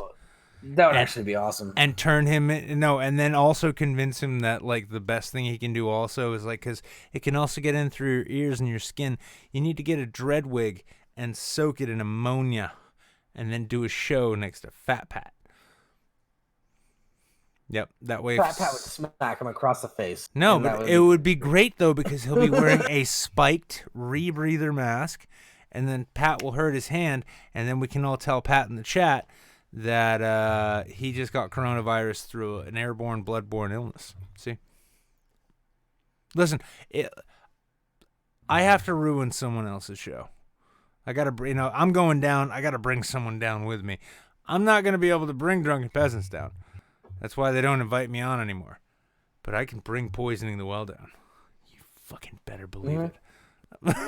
But no, I really do. I want to see SoFane design an anti-coronavirus mask with spikes, and the spikes protect it, because the thing is when the coronavirus is coming in, it'll see the spikes and be like, oh, no, that could hurt. Fucking genius here. Cybergoth mask. Exactly, Larry. And then I want to see SoFane doing.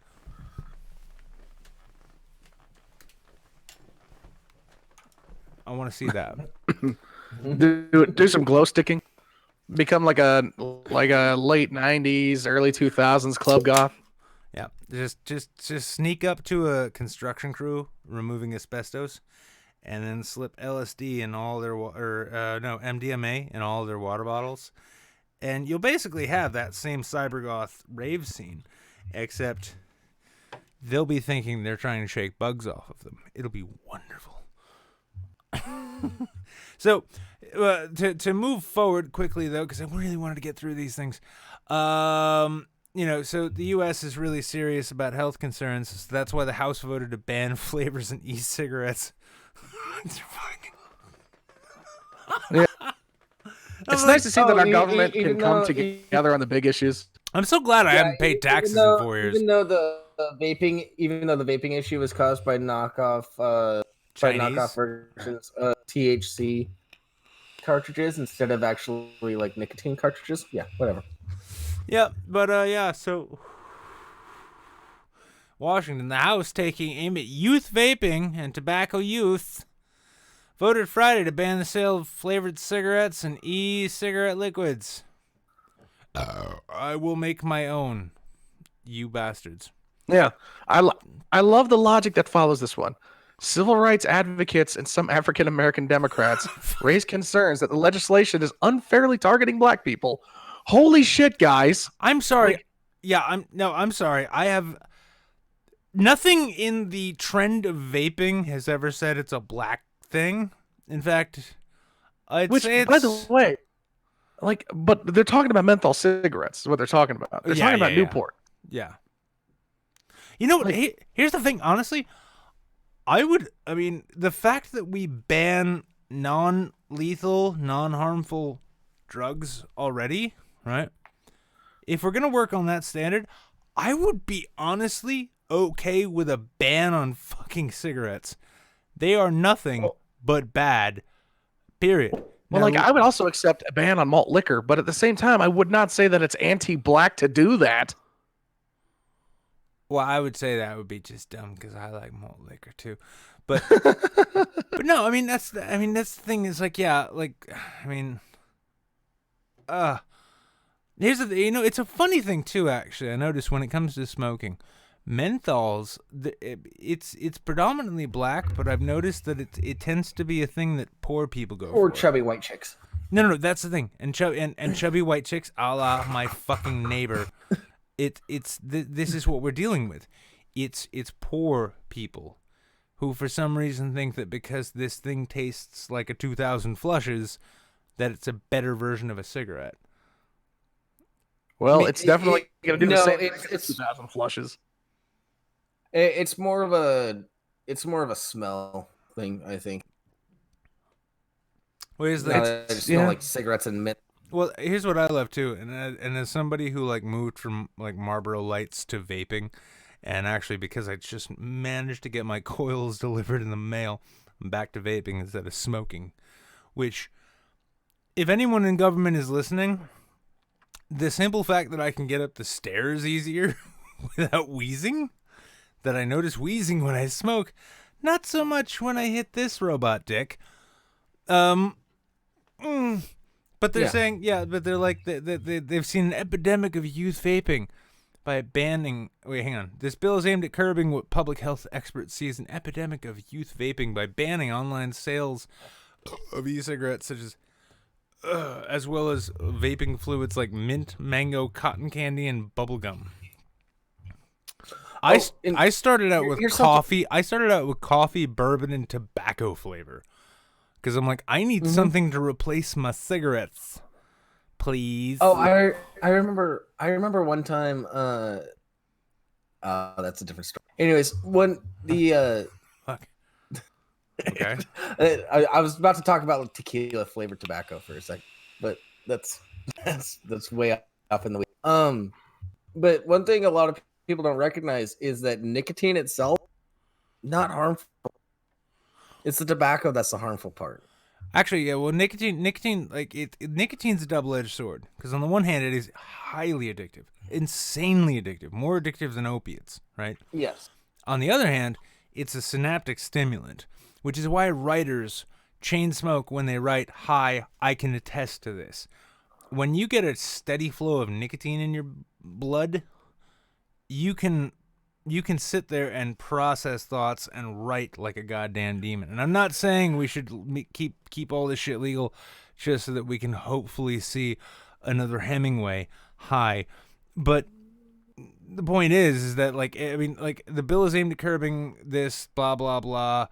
Those are legitimate questions to ask. Speaker Nancy Pelosi conceded after the vote before slipping out for a fucking Virginia Slim. But she said the measure was necessary to stop tobacco industry from targeting a new generation. Hey guys, I got a fun idea. Let's go to one of my favorite sites, maplight.org. Yeah? We're going to go to maplight.org. There's speaking of writers though, there's also a reason why Roald Dahl had a separate shack where he would just smoke and drink. Let's take a look and see what we can And find. those are kid-friendly books. Okay, so we're going to go from tobacco. Fuck it, British American tobacco. And let's see who in the 2019-2020 cycle has gotten money from tobacco. Well, apparently Joseph Biden has gotten, what, 25, 16? Oh, hey, look at that. Holy shit, this looks like my average, like, this looks like my February fucking Streamlabs line.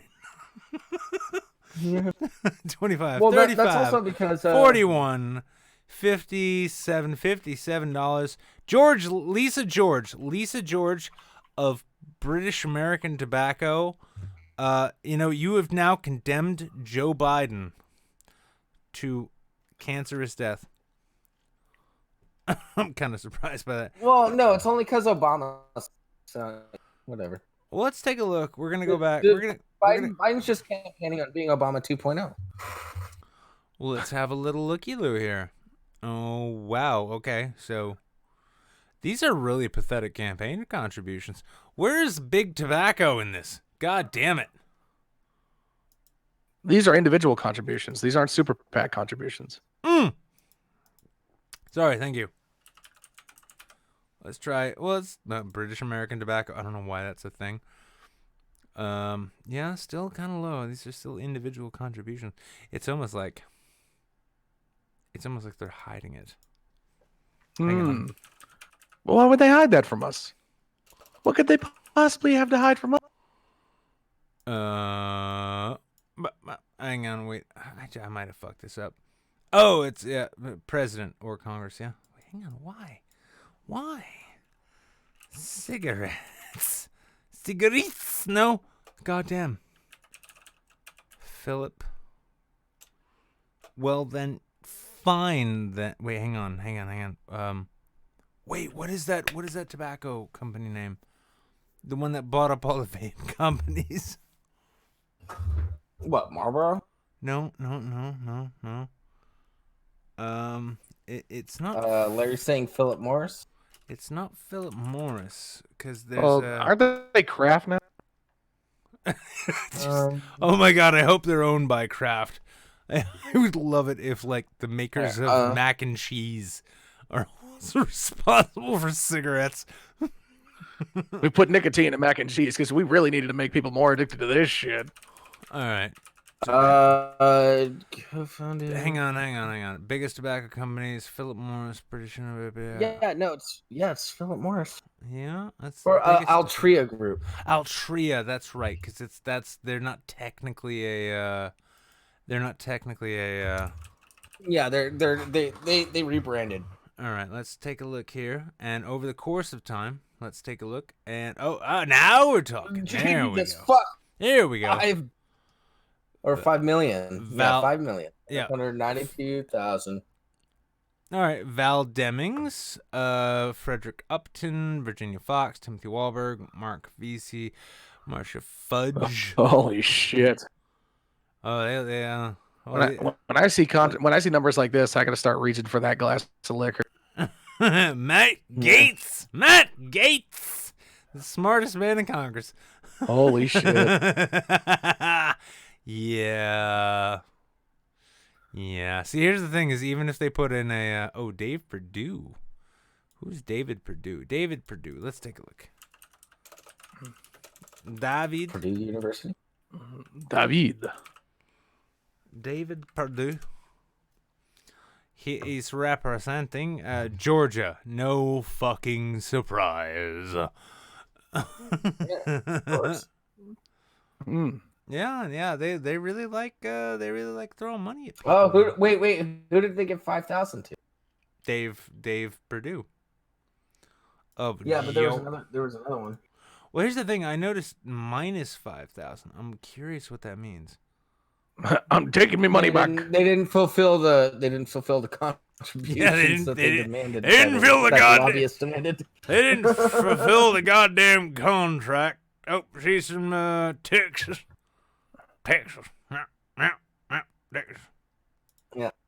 What, did she lose the election? What the fuck? That's No. right. She gave this man cancer just- of the face.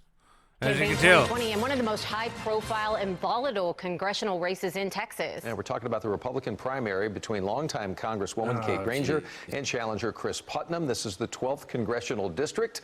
Political reporter Jack Fink in studio to profile things. Well, there we go.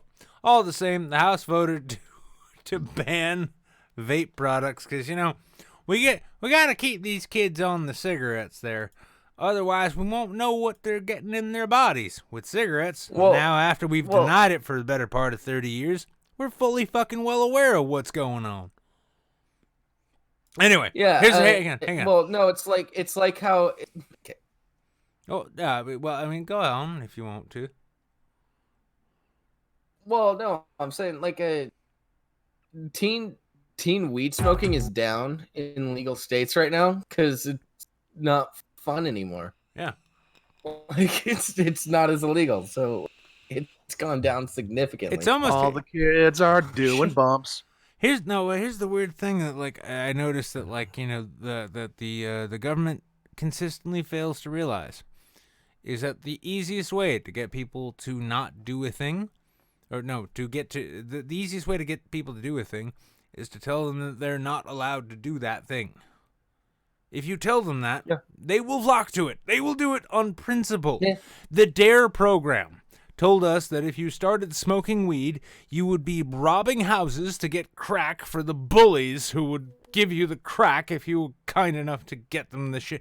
It's okay. This is why we can't trust the government, is because they have consistently funded programs which have fed us huge amounts of bullshit for generations.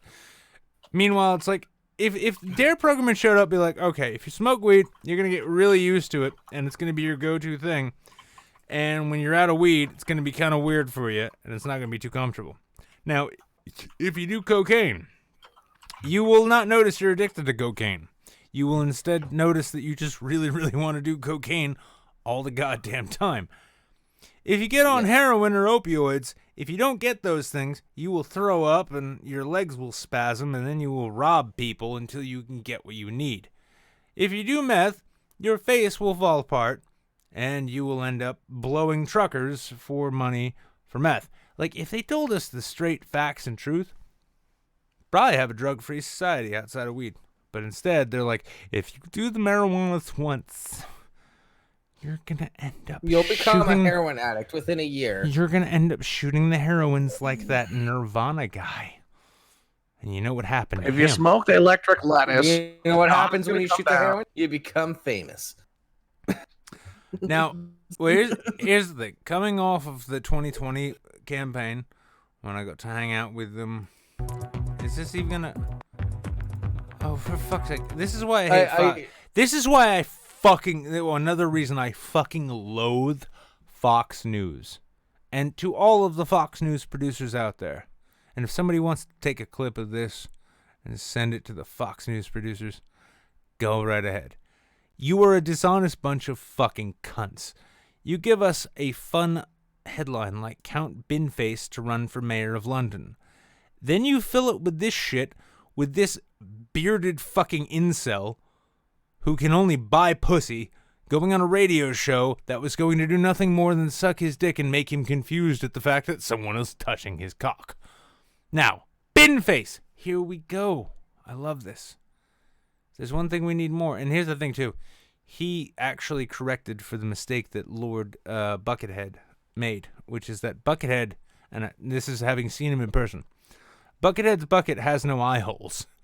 The Buckethead cannot see out of his bucket. So when he walks, he's like a blind man who holds onto the shoulder of a handler. Binface? Look at him. Now he's running for mayor. Count Binface, a self-proclaimed fearless space warrior who ran against UK Prime Minister Boris Johnson in last year's general election, has announced plans for a run for mayor of London. If I have any English fans right now, anyone who's in London, this has to be your new mayor. There is no way around it. Vowing to take out the trash, Binface, who also ran against Theresa May in 2017, under the alias Lord Buckethead. Oh my God, it's the same man. It's the same man. It's the same man? Man, I didn't know he changed his persona. We've been in contact. He's going to be a guest on the pre-show at some point. That's awesome because I've tried to get in touch with him to be on a guest on my show, and apparently he just won't get back to me. Congratulations, Jables. It's really hard to schedule. You have survived. You've survived the toxic celebrity that is Jeff Holiday. Well done. Well, I wouldn't say I survived it. I'm still pretty low. Yeah, it is kind of shitty that like everyone who's associated with that guy is still eating shit for it. It's the greatest city on the planet. I call it the Earth capital. Fuck you, Binface. No, fucking New York or Toledo. Toledo is the capital. Fuck you. Mayor of London is a fantastic title in itself, and as someone who's already had his title, it suits me down to the ground. I'm glad, though, that Lord Buckethead has realized that not being able to see out of his helmet is a problem, and that's a much better helmet. So, you've already had a couple of mayors who said, oh my God, what have we done? Why not have someone who is already outlandish before they become mayor instead? Let's take a look. Greetings, Earthlings. How are you? What a start to 2020, eh? A Chancellor's gone, a virus is coming, I got some lovely new socks, and within the next 150 years we might, just might, have a new Labour leader. Who'd have thought it? Anyway, to business. I thought I'd send you a little message because I've noticed that the London mayoral race is a bit of a damp squib. Sadiq Khan is obviously going to win it. Nobody's heard of the Tory guy, and good old Rory Stewart just wants to kip on everyone's floor. So I thought, why not throw my old bin into the ring? So what are my pledges? Well, 1. Finish Crossrail. What about that, eh? 2. Free parking between Vine Street and the Strand. No idea what that for means. electric vehicles.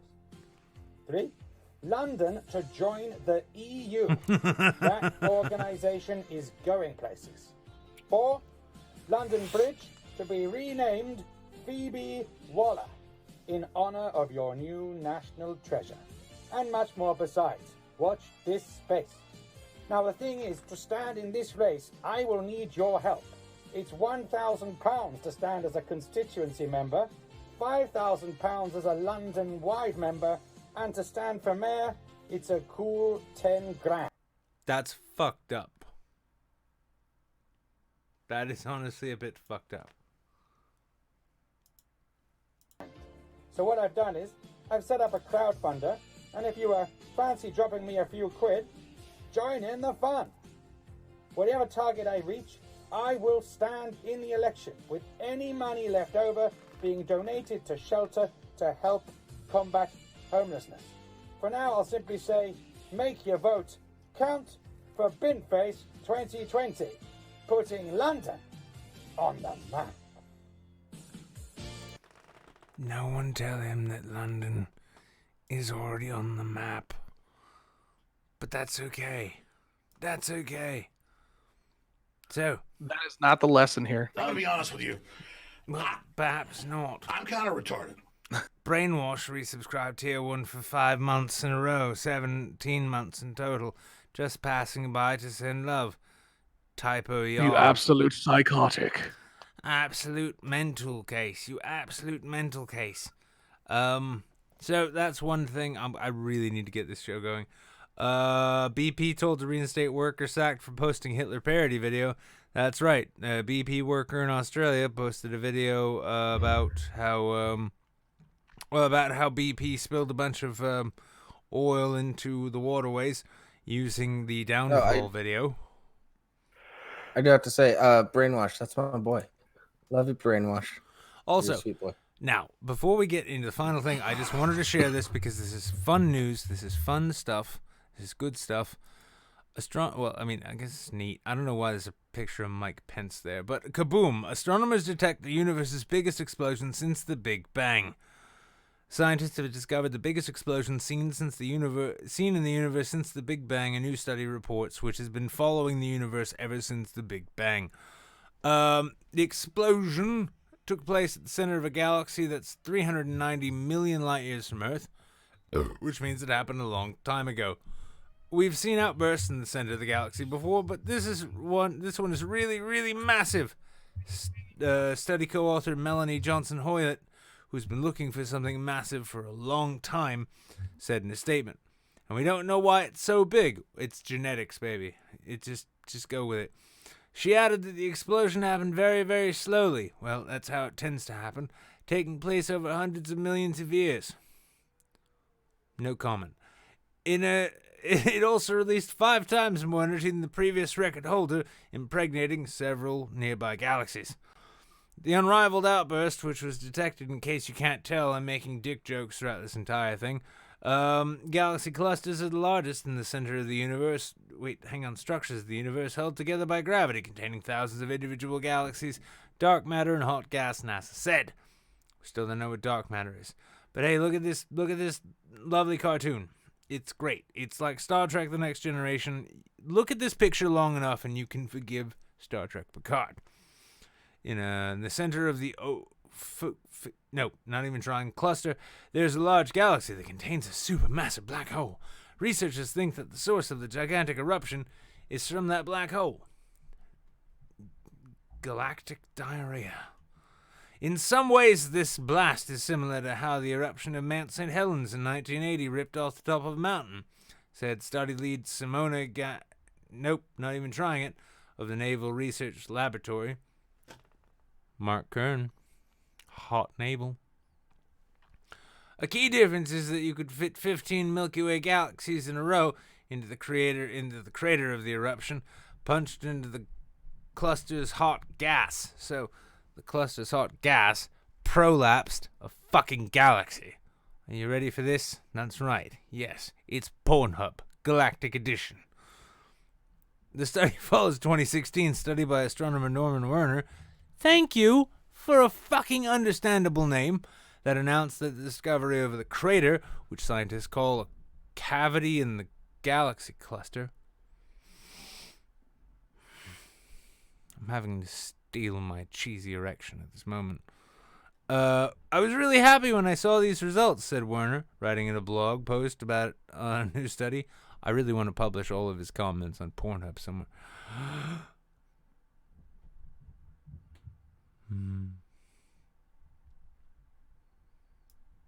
I'm sorry,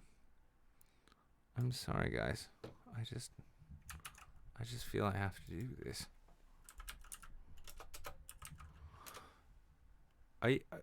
Do I even have any co-hosts anymore? Yeah, we're still here. Okay, cool. You sound like you wanted to get through this one, so I stepped back. I have to. I'm contractually obligated to shill Brainwash because he did all of the backgrounds and everything for our revamp of the pre-show. So. Okay. Well, there's no particularly untold things here. Let me see. Can I scroll up far enough? Yep. Nope. Apparently No. Apparently not. Let me. Got real dicey there for a second. Yeah. All right. So you know, this video on Pornhub is entitled "Curvy Asian Mia Tricked into Hard BBC Writing First Time." Now, in that same respect, I'm going to post this comment. I was really happy when I saw these results. Said, Late Night Saints, writing in a blog post about the new study. In our 2016 paper, we considered the possibility that the feature is a result of a record-breaking black hole outburst, but we discounted it as unlikely. Comment. And any old time now. Comment. There we go. You might want to. You might want to scroll down a little bit because the recommendeds are showing a little something. Fuck you, Jables. No, we're done with this.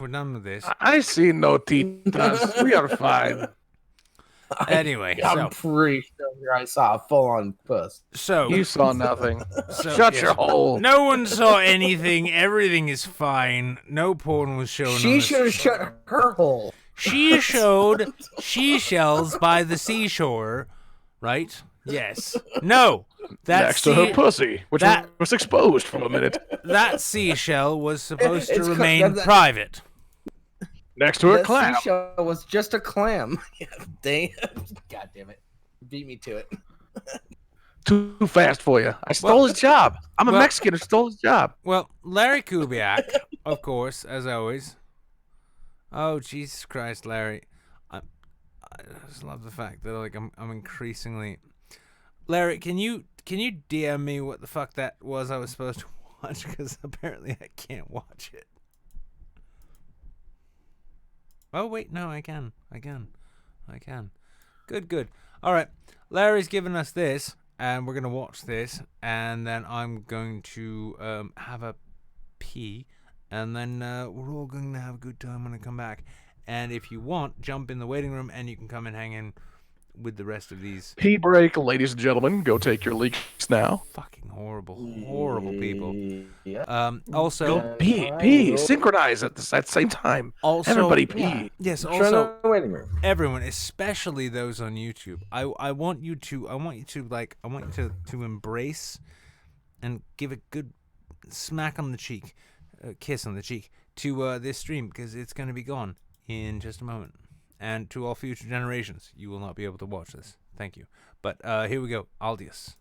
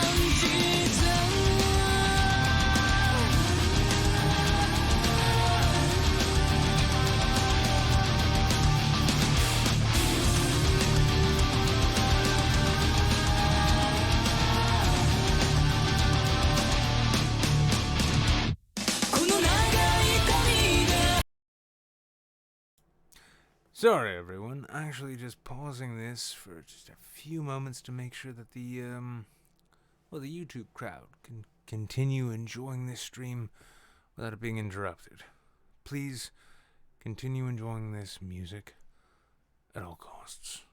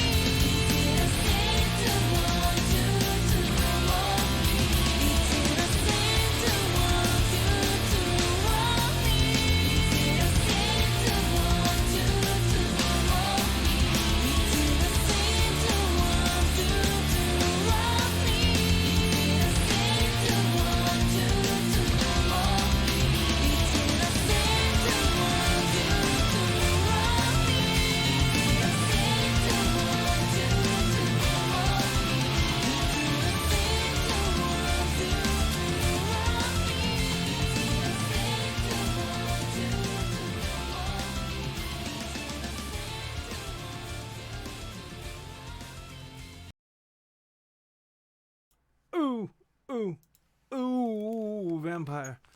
Vampire shit. Vampire shit. Oh. Ooh, how can you not love that? The Japanese never left the scene era. No, apparently not. No, they didn't. Like, it just stuck around forever. So I can't hear what he's saying. Yeah. So. Wait, what? Oh. No, yeah, sorry. Yeah, exciting. Exciting. There's so many buttons. So many buttons. I don't know what to do with them. Yeah, exciting vampire business. I suppose. Well, I suppose at this point, we're just gonna go transition over. So let's roll the dice. We've got 1, 2, 3, 4, 5. Did you get that, Presidente? What number comes after Quattro? Quatrinko, yes. Yes, the number Quarchinko. Plachinko, yes, Pachinko. The number Plachinko. Pachinko, yes. I also like falling from buildings and smashing myself against tall tree branches. Yes. Oh, I thought it was like that language from Star Trek Deep Space Nine. Yes, well, the first winner of Pachinko Night is Breadmaster PBJ, who I have not actually seen or heard from in a while. Yeah, how's it going? How is it going, homie? Well, between listening to you and playing Guitar Hero, it's been kind of interesting. Oh, I'm glad I had your whole attention. It's okay. Hasn't happened in a while. I finally thought I'd just tune in to see what it's all going on. Did you win Guitar Hero? Can never truly win. You can just give yourself varying degrees of carpal tunnel. It's like a self-destructive Zen Buddhism, really. It's like it's the painful version of Heroin Hero. Yeah. Okay. Come chase me, buddy. No, Dad, you'll never catch the dragon. It's a South Park episode, Nick. Thank you, Jables. I haven't been awake or alive since 1997, so I'm glad to be brought up to speed. So, well, Breadmaster PBJ, yes. So, what brought you back? Nothing really going on tonight. Did you just sensed my palpable desperation seeping through the internet? Yes. I'm glad that your desperation had given me enough of a pity feeling to try and get on the show again. I'm glad it worked. My destiny strategy has worked yet again. But it's just the problem is you don't have enough commies in your chat, so it doesn't really work out that well. Well, that's the thing. It's like I no longer have the support of poisoning the well. Like, this is the problem. It's like I no longer have Sophane guiding people towards me. Instead, it's all like, "Hey guys, check out Vadim," you know? Like, yeah, okay, yeah, Vadim is a fucking fantastic communist. When did we ever come to the conclusion that Vadim was anything but an asshole? Yeah. Well, I mean, that's kind of, and I'm saying this, I like Vadim, I do. And I think I think that's actually why I like him. He's a shameless asshole in a sea of shameless assholes, and he goes against the tide in a way. Even though he does it in the worst way possible. I mean, I only met Vadim once, and when I did, he seemed like he didn't want to be anywhere near where he was. Like, he just wanted to be gone. Was that like what? I think it was 2018 MythCon? I think it's an important thing to remember that. Did you say MythCon? Yeah. Oh yeah. 2018. No. Let's be honest. MythCon. This is before they shit the bed. No. Yeah. Actually, to be fair, that was just around the time they began secretly shitting the bed. Because let me tell you, that was the fart before the shit. No, it was not. Because MythCon 2018 was in the same year as VidCon 2018, yes? Yes. I think it was like right after, wasn't it? Yes. Okay. Here's the fun thing. When I was at Kilroy in 2018, that was 2018? Yeah, it was 2018. The MythCon organizers were there, right? Now, before they came up with this whole Minds IRL, let's bring big, important minds like Rucka Ali, who read The Fountainhead once, and Sargon of Akkad, who got famous for calling a feminist a cunt on the internet once. And because he threatened to not rape someone. Yeah, here we are. No, hang on. Let me finish this point. Here's the thing. Mythicist Milwaukee is the well, it evolved, well, if you can use that term, into the gelatinous spooge that is Minds IRL, right? Now, the entirety of that thing, they will say, well, we're just trying to have the conversations that need to be had. No, you're fucking not. Because before Minds IRL was a thing, and this is directly from one of the organizers, there's two main organizers, they're the Mythicist guys, right? The idea was to have a Sargon tour and to have smaller YouTubers throughout the US, they could be like opening acts for Sargon. And when Sargon comes on and gives his big number fucking talk about how the feminist SJW fucking whatever, like modified Paul Joseph Watson mindless dog shit that he has to espouse, you know, then the opening acts can be opening acts. That'd be great. This was pitched to me in Based Mama's backyard. I was sitting in a chair. Yeah. I was sitting in a chair in Based Mama's backyard, and Sean from Minds IRL / Mythicist Milwaukee was talking about how he used to work in, I think he was saying he used to work with like Adult Swim. And he was name dropping all these people like Eric Andre and Tim and Eric and all this shit. These people he had worked with. People that couldn't remember his name even if they tried. And his big dream was at the time after Kilroy to put on a Sargon tour, and that morphed into Minds IRL. That's why fucking. What is it? Aiden Paladin, right? That's why Aiden Paladin is one of these necessary voices we need to hear from. You know, that's why like Holocaust skeptics are voices we need to hear from. They don't give a fuck about what the ideas are or what's being said or any of that. They just care about the internet clout and how they can sell tickets. Now, here's the funny thing.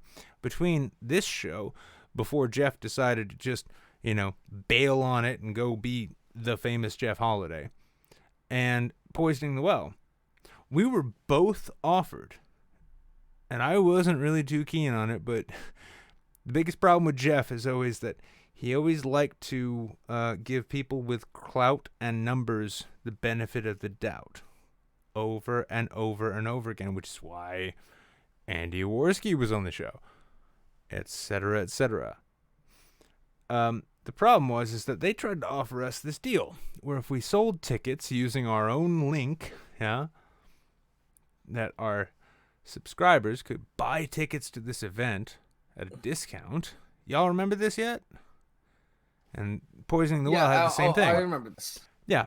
Yeah, I remember it, but yeah, I wasn't planning on remembering it again. But yeah, this is how it went down, though. Is those fucking shitheel grifters from Minds IRL / Mythicist Milwaukee, who wanted to put on the Sargon talking tour with all these opening acts of other clout chasing, culture war fucking YouTubers. This is how they were plying their fucking trade. It's a fucking grift, and honestly, this is why I lose my fucking mind when I see these shitbags who have really nothing worthwhile to say being elevated as though they are some intellectual fucking paragons. Why? Well, it's not because anything they say actually changes thoughts or introduces new ideas or is remotely interesting. Let's keep in mind that Armored Skeptic is now a deist. But it's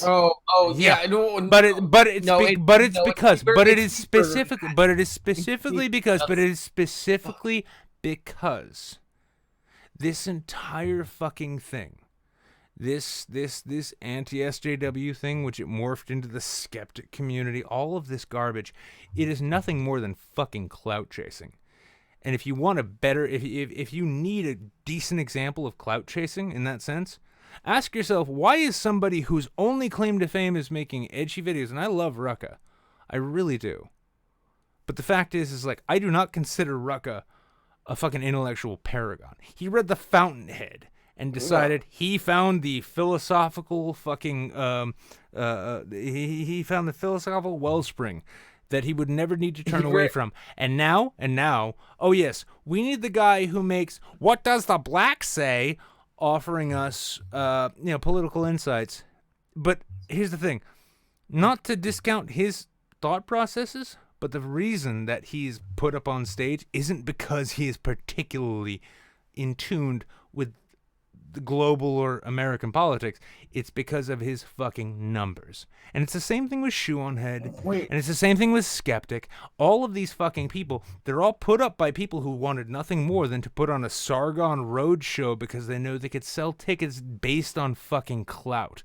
And this is coming from somebody, myself, who when I went down, met with Vernaculus, who recently quit YouTube entirely. He is done. He will not come back. Based on the fact he just released another video. No, he released that video. Go to his fucking channel right now. He quit. He's done. He shut it down. He's gone. And he's not coming back. And I know this because Justin is one of my very best friends. And the thing is Justin quit. I thought he just released something the other He did like last week. He released... He did, and he reminded me that I'm still subbed to him. Just like, I haven't watched a video in like fucking months. Yeah, no, he released a video, and then he decided, I don't want anything more to do with this, and then he fucking nuked his channel. Go ahead and look. Vernaculus is gone. Okay, no, he's fucking gone. He's fucking gone. Shit, I was gonna watch that fucking video. You know why? God damn it! Do you know why he's gone? Because he finds the entirety of this wannabe intellectual, fucking clout chasing, faux political bullshit put on by people like Minds IRL, promoted by fakers and phonies like fucking Sargon, so repulsive that he really, he legit told me he would rather kill himself than do this shit anymore. Now, Vernaculus is one of the single smartest fucking people I know. And I know this because Justin doubts himself more than anyone else I know. If he has a doubt, he has doubts all the time, and his cure for his doubt is reading everything he can about what he's talking about. But instead of people like Justin, who justifiably should be elevated on the virtue of their fucking intellect and insight on the things that they have been obsessively studying and questioning themselves mercilessly about, we get Aiden Paladin, we get Roaming Millennial, we get Armored Skeptic, we get Sargon, a fucking college dropout, who the only reason that he has any ambition or any idea that he should be a political pundit at all is strictly because he doesn't like feminism or the left. But he's a liberal, even though he's pro-UKIP, pro-Trump, pro-Bolsonaro, and hangs out with millennial woes talking about how, Heather... Oh, no, he's pro-Bolsonaro. Also, he was hanging out with millennial woes one time talking about how, maybe Heather Heyer died of a heart attack. Fuck that kid. And fuck every ounce of the fucking culture war scene. Wait, what? Wait, Nick, did you not see that live stream that Sargon did where he took the political compass test live and he showed up on the... Oh my god, he took an internet test? Holy shit, what Disney princess was he? He was Didn't he take the test and proceed to say it's biased and it's bullshit anyway? Yeah. At the end of it, when I remember that when he took the political compass test, he was like, "Okay, it shows that I'm on the right now. Maybe I've gone a little farther right, but it's a little biased, and it's kind of a bullshit here's the thing. test. Sargon, I'm still on the left. Then take a better fucking evaluative test than the political compass, dumbass. No, here's the problem though, is that the problem with with internet politics is that it elevates fucking retarded dumbasses like Sargon, like Candace Owens, like Paul Joseph Watson, like Hassan Piker, like Kyle fucking Kulinski. I'll go left to fucking right on this shit. Here's the thing. None of these fucking people have a goddamn clue about what they're talking about. Kyle Kulinski, if he can't recognize what the fuck farmland looks like from the fucking sky, he has no business talking about national fucking politics, period. Yeah? If Sargon wants to hang out with a white nationalist like Millennial Woes, yet call himself a liberal, yet say, oh yeah, maybe, oh, did Heather Heyer? What? Oh, she did, maybe? Was it a heart attack? Yeah? No. Fuck off. And then you get these douchebags, these fucking slimy show business cunts, like the fucking mythicist kids, the Minds IRL scene, who are like, hey, anyone with numbers, we're going to promote. That's what they're after. And then they're going to go after smaller channels. This is why, like, Jeff was really fucking down for it. I really fucking had my stomach fucking turning at the notion of selling tickets to this dog shit fucking event in which people whose only bona fides, period, was how many YouTube views they had. And meanwhile, months or years previous, Paul Joseph Watson, motherfucker, wants to call out journalists for being disingenuous. Then I call him out on the fact that he took an anonymous DM in his Twitter inbox, and guys, you can look this up if you don't fucking believe me, and ran it during the election as, oh, the DNC is looking to rig the election, based on an anonymous DM that turned out to be total bullshit. When I called him on that, he straight up got back to me on Twitter and said, look at my views. Speaking not in terms of what he believes, but in how many people who watched him. This is where we're fucking at right now. And if we cannot get off this track, you know what? I genuinely, honestly, if we cannot get off this track, and we are going to be led by the nose by these stupid, shitheel, fuckbag grifters, and this is where we're going to go, I genuinely fucking hope the coronavirus becomes the pandemic we're fucking fearing it might be. Because we fucking deserve it. Because this is pure fucking hubris. It is a society which is so inundated with luxury and stupidity that it can't tell the difference between reality and fiction.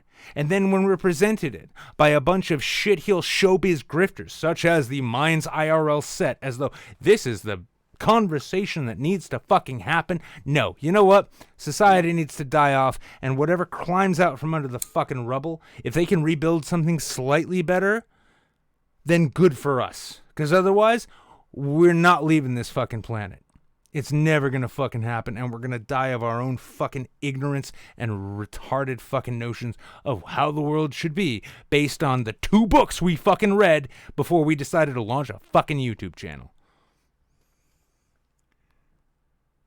Yeah. This is why we don't talk politics on the pre-show. I stepped away for 30 seconds. Usually when I don't talk politics in general, here we are like fucking 10 minutes later. It's like, what the fuck? I stepped away for 30 seconds, and it was like, what the fuck? Nick, I don't disagree with you at all. Honestly, also have the same fervor. Like I'm still buddies with Jeff. I hope you don't mind that. Yeah, that would be fucking weird. Dude, I don't give a fuck. Like, he hasn't wronged me personally. So, well, he never does it intentionally, so don't worry about it. Yeah. Yeah, but that's a big issue that I started seeing. Like the more I started watching YouTube, I started seeing clout chasers more and more and more, and I'm like, okay, this seems a little off. I thought it was just a general acceptance that it came with the territory. Yeah, it kind of comes with the territory, and it can help build you up. But there's a difference between a clout chaser and somebody that does like a genuine collab. You know, on the floor of my bedroom talking about this and that. Like, that's the way to get big, really big on YouTube. And honestly, too, it's funny because after the whole blood sports fucking fiasco, where, let's be honest, there were like 2 people whose careers really died from it, me and Matt, right? Matt fucked up being a fucking retard. And I say this as a friend. I love Matt. But he was fucking stupid. Like, oh, I'm going to fucking report people, and then I'm going to go on a live stream and fucking show off. Yeah, Matt, you're fucking retarded. And he fully cops to it, right? But the point is that what I've noticed is, like, in this vein, like, you want to be political on YouTube, you know? The way you do it, it's not that you actually offer anything thoughtful. You don't offer any fucking, you don't offer any kind of insights or anything. You just say, can you believe this faggot? And then, when you get to a certain level, right? When you get to a certain level, it's like you can do no wrong because you've got this audience built in. So you can just show up and like waffle on with nothing to say whatsoever. And you can even go back on your own principles. No one's going to give a shit because it's no longer about what you're saying. It's about the fact that you were the one saying it. And this is where the Minds IRL fucking crowd and the clout chasing notion comes in. When you've reached a certain level, you're good to go. And it's funny because you still see these cartoon kids, right? Like Static Avatar, I'm just going to like rail on for 20 minutes about how stupid a Guardian columnist is. Oh, is that genuine insight?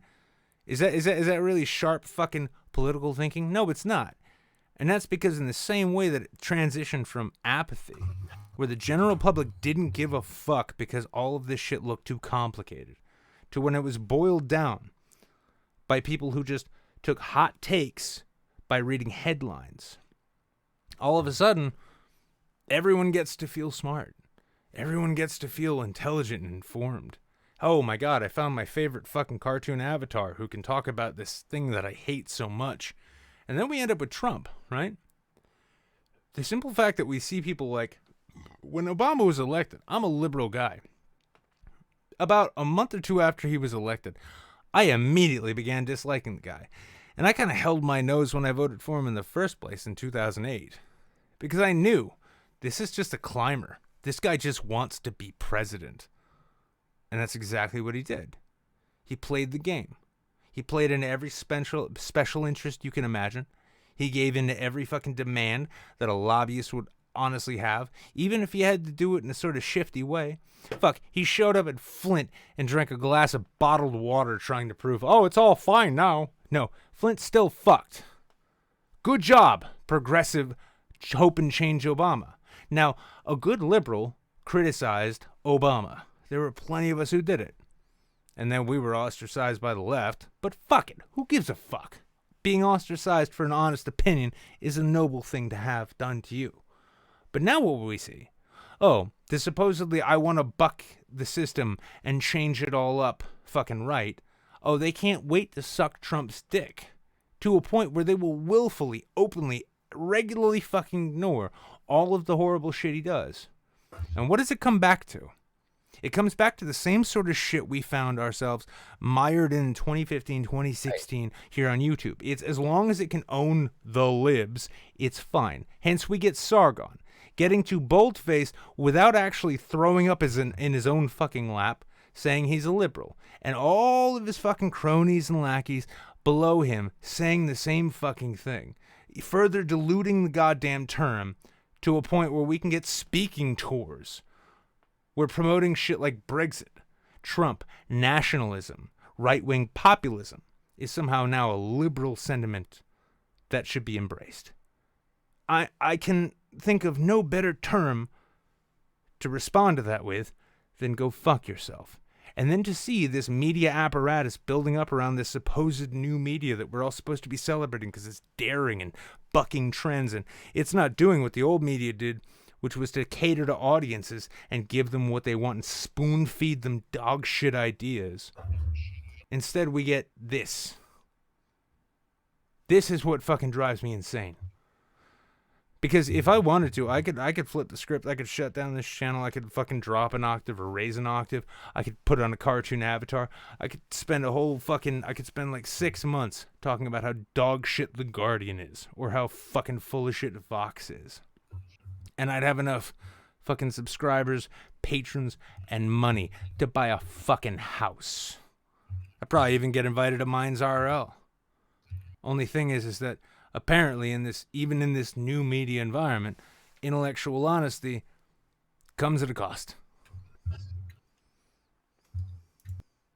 You know, kind of looking back on it, I thought we would have, like, just people in general would have moved on, like politically, quote unquote, or just intellectually. But I guess just stick back like in 2012 and 2014. I don't know what it is, man. Yeah. It's like it's just looking at it now, where it's just like it's either I'm the one that's got to move on because nobody else is moving on. So yeah, it's why 90 to 99% of the people that I used to watch way back when are just stopped. And that's why. Or they've started doing different things that I don't care about anyway. So it's like, cool. You know what a really fucking healthy transition is for that? What? Cooking channels. What have I been saying? I don't know. What have I been saying to you? I've just discovered that, hey, everyone needs a hobby. If you can't necessarily afford like the expensive shit, you can find something. Like something like you legitimately enjoy. It's like take your mind off of this shit. And just generally speaking, you'll be a lot happier. At least in my case, I'm a lot happier. Like, I've been watching Like- a shit ton of lockpicking lawyer lately. That's cool. Like, I've been avoiding like, that channel. Super soothing.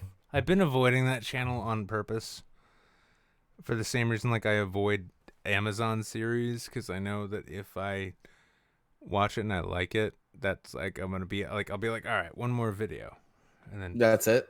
oh shit, it's 5 a.m. Fuck.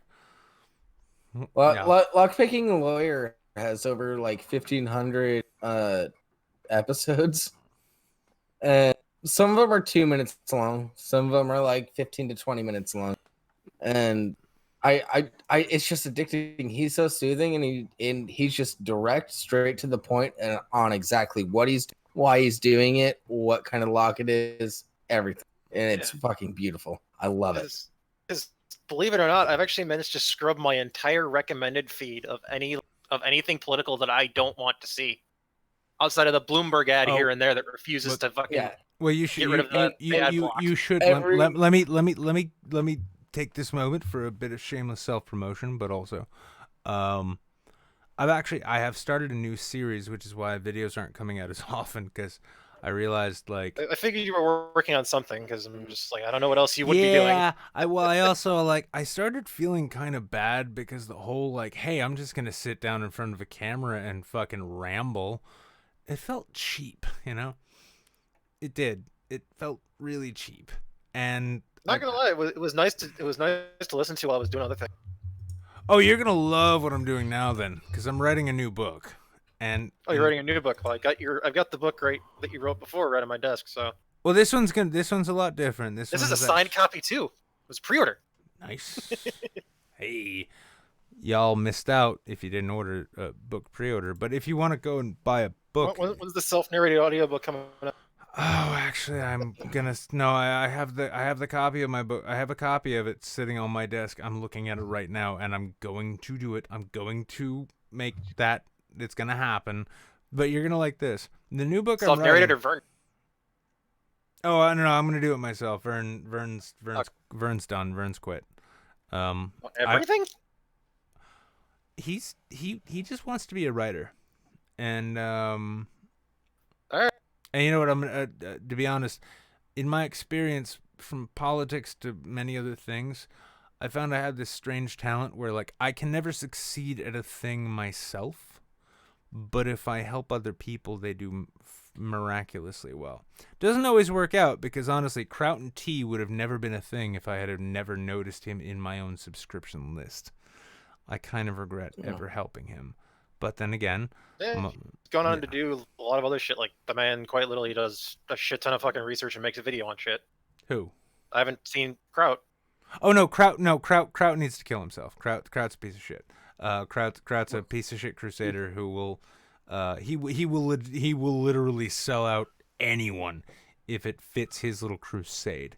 That's why we don't get involved anymore. Nick, hang on a second here. Do you mean to tell me that there is a German out there who is way too high-strung and way too dedicated to a cause that may or may not breed some greater, worse outcomes later on down the line? Fucking weird, right? Hang on a second, buddy.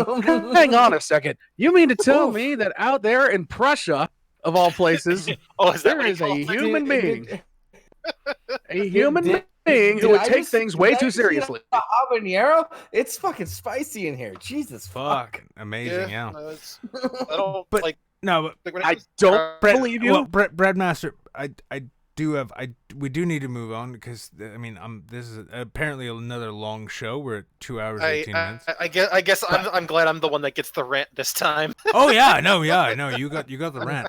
But no, my new format is, while I write this book, each chapter that I write, I will narrate and turn into a video.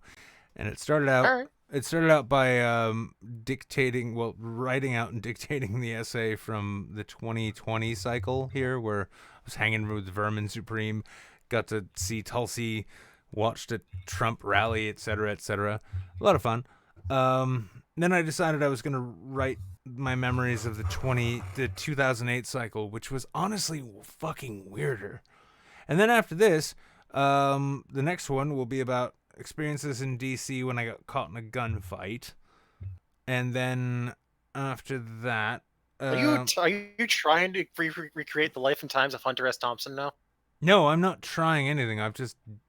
I did this thing, and now I'm going to talk about it and write about it. And so the book is going to be wonderful, and the videos should be, well, the latest video dropped tonight. I was going to premiere it, but then I realized, like, if I premiere this shit, that could potentially draw from the pre-show, and I will never do that, because only dicks step on other people's time slots.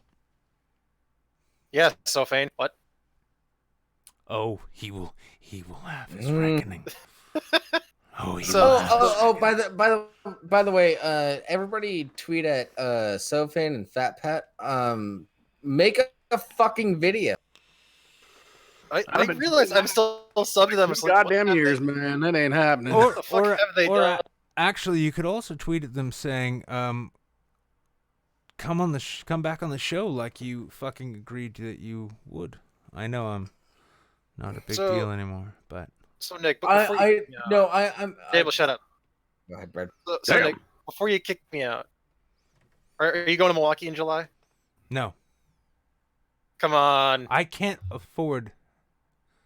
No, listen, I will help pay your way for a plane ticket just so that way. No, I will you refuse can that watch money. the shit show that is the DNC. I will refuse that money because I am already at a point now, thanks to all of the shit which has transpired, to where I am still having trouble making rent.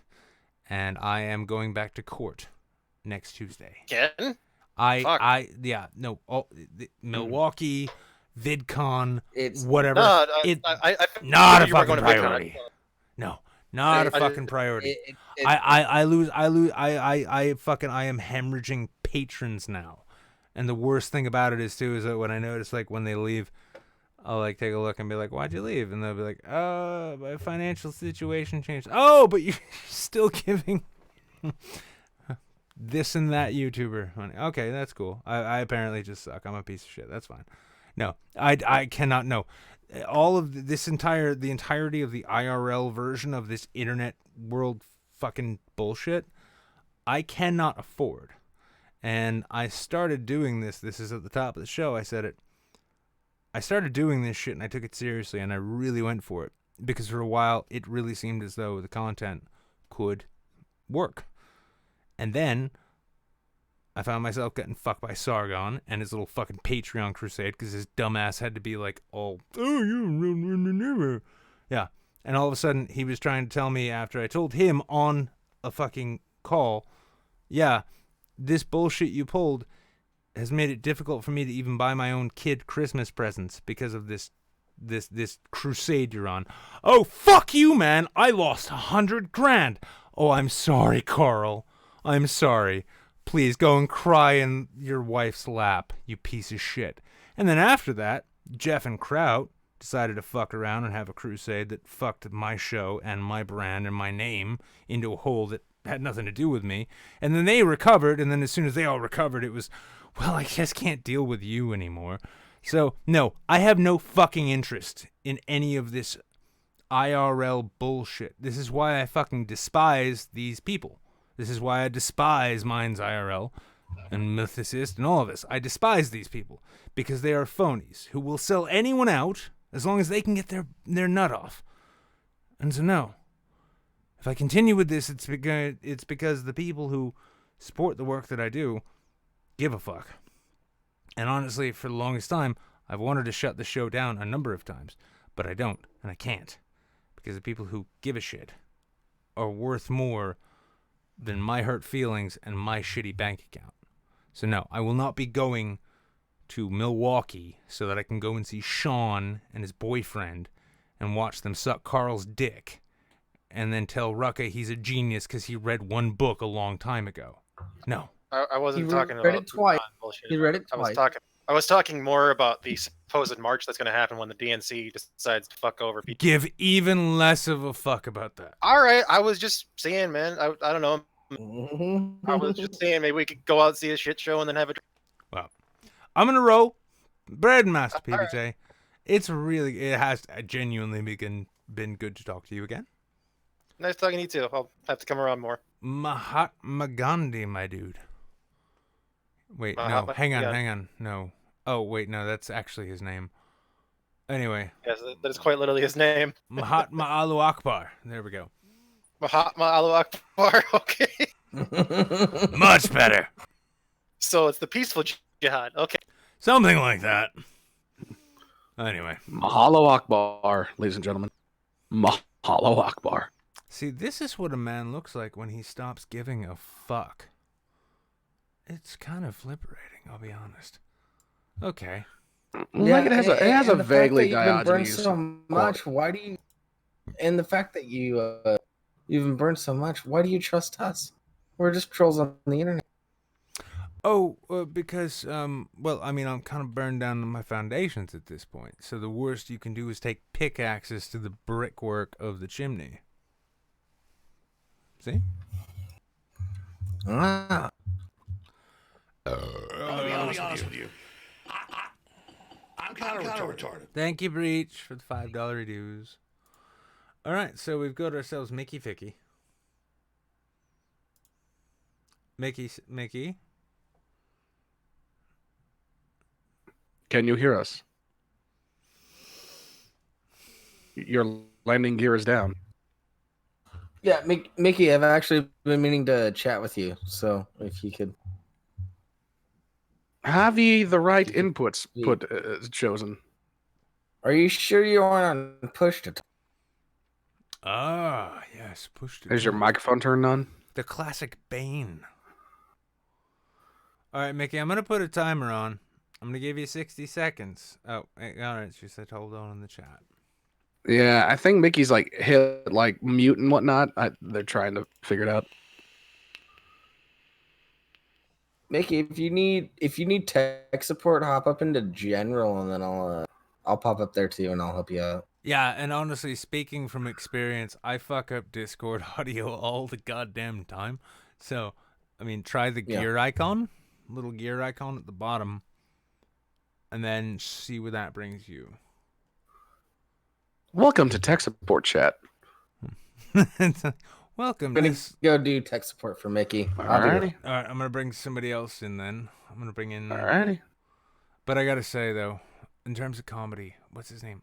Adewale. What's his fucking name? You know the one I'm talking about. Yeah. Fuck. Well, here's the thing. I recently turned Jables on to Mitchell and Webb. Iode? Iode. Yeah. What's his first name though? We could just Google this in a second. Just IT crowd, IMDb. Right? So, yeah, like, no, I doubt that. Richard? Is it Richard? Richard Iode, yeah. No, Richard Iode. One of the things I love is like, so I never really watched the IT crowd, right? And then I watched a whole bunch of Mitchell and Webb, and then I started watching David Mitchell's appearances on various panel shows. Yeah. And then I started catching Richard Iode on random panel shows, and I'm like, oh, God, this is almost even better. I mean, David Mitchell's like, why don't you understand my posh, repressed sensibilities? And meanwhile, Richard Iode is like, I understand you won't understand me.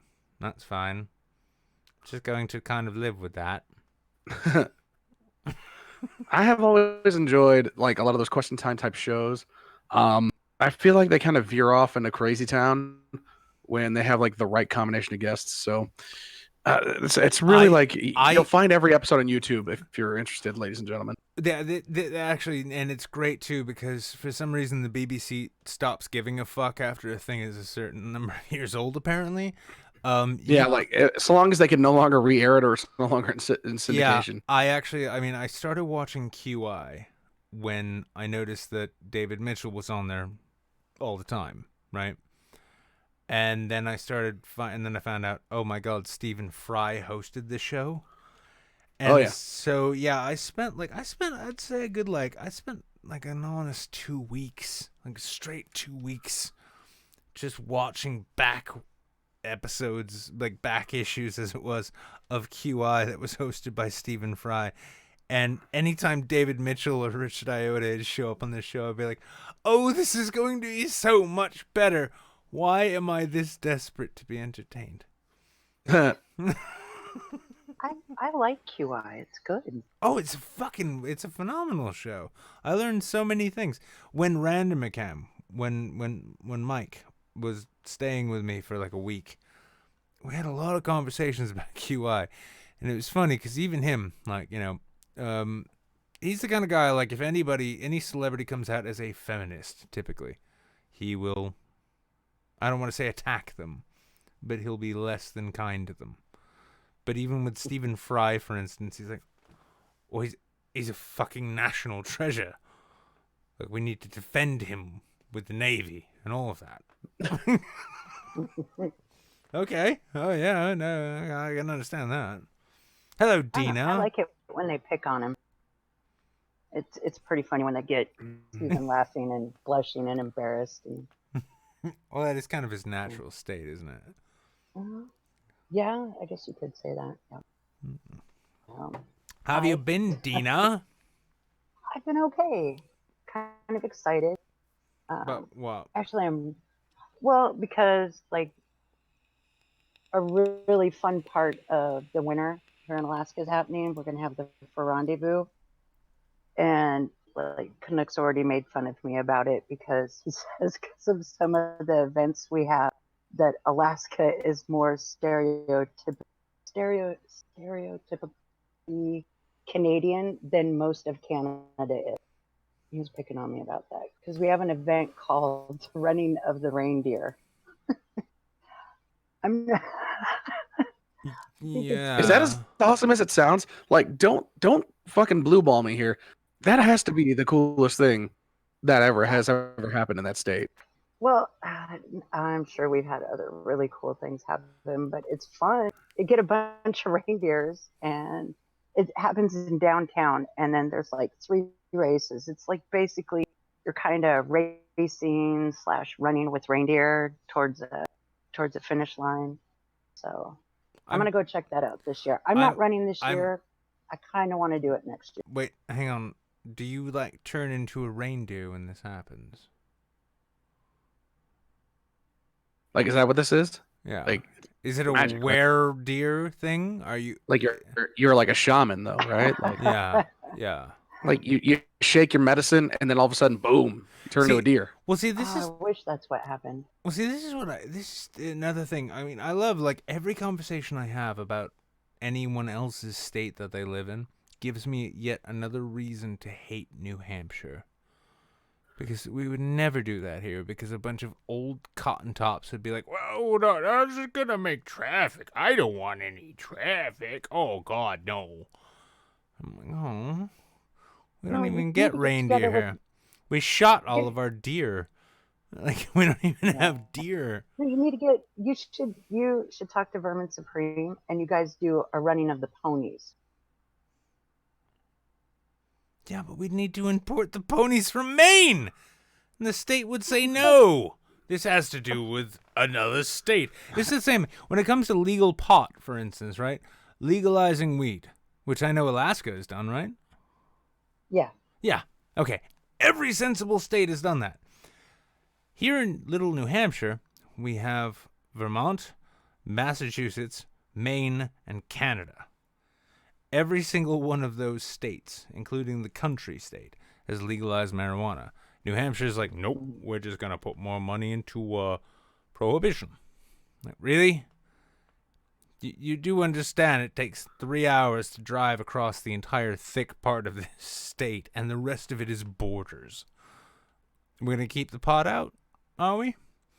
Which is what it's funny, because even when I buy, like these days, I remember buying weed here, and it was like shitty fucking Mexican tire weed. Yeah? Okay. But it's weed. Good. Thank you. Now, you buy weed, and it's like, yeah, this is from like a Massachusetts dispensary. My friend's got depression, so he was able to get 6 ounces. Fuck. What? Like, you buy joints now in like these like commercial tubes. Yeah. Yeah. Yep. And New Hampshire's opinion is, no, we're not going to do that. Why not? because the other states are doing that, and that's not going to be good for New Hampshire. Yeah? What kind of tax base do you have? Well, none. And your plan is, we're going to spend a lot of money to enforce this marijuana prohibition that we got. Because, you know, the thing is, we get federal money for building prisons. Do you know that the North Country here, we shut down all the paper mills, and we're going to replace those jobs with prisons. Yeah. I don't. Oh, speaking of prisons, I don't know. Alaska's got a big recruitment push for corrections officers right now. I guess we don't have enough of them. Well, that's a really American thing, though. Is like, you know, it's a job market, really. Let's be honest with ourselves. I mean, here's the thing. Like, you know, if we can't lock people up, how are we going to employ people?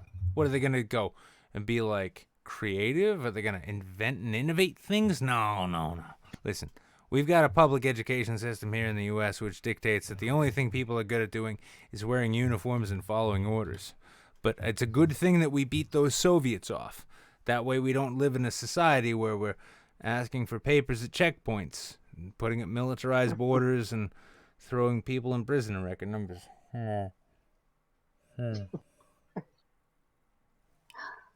Yeah. Wait a second.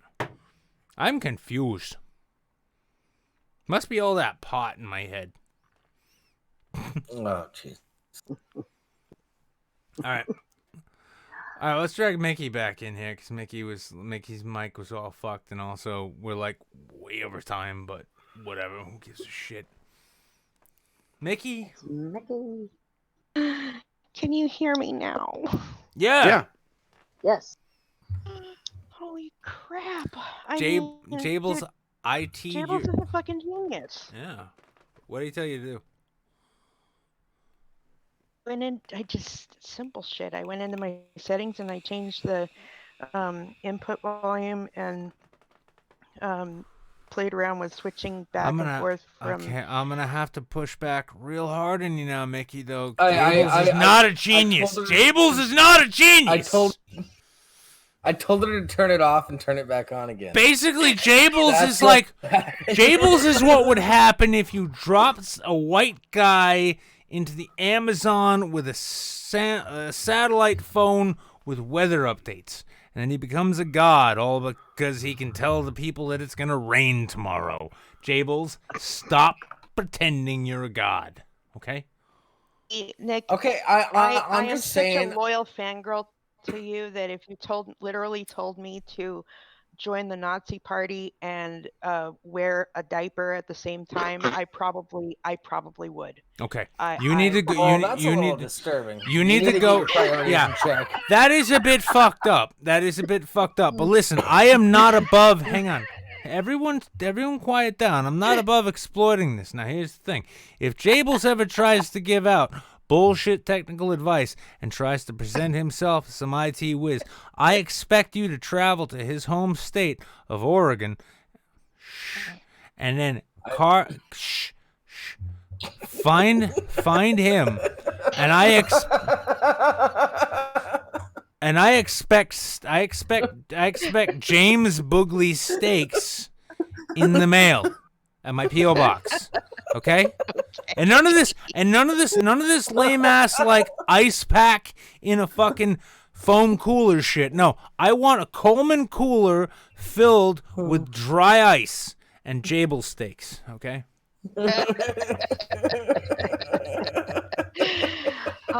Nick. Yeah. See, I know exactly what it takes to cheer you up. I mean it. I know. Carving up another friend of mine. Intense there for a while. Just kill Jables and Nick will be happy. Here's the funny thing. You know, hang on. Stop. No. Nick and he'll do cooking videos. No. Hang on. No. Hang on. Dina. Shush. Here's the thing, Mickey, you need to take the Jable steaks and first send the lump-like limbs to Dina in Alaska, because she's got the Ulu knife, and she can chop it up just right. Then Dina can send them to me like Trump steaks in the mail to my P.O. box.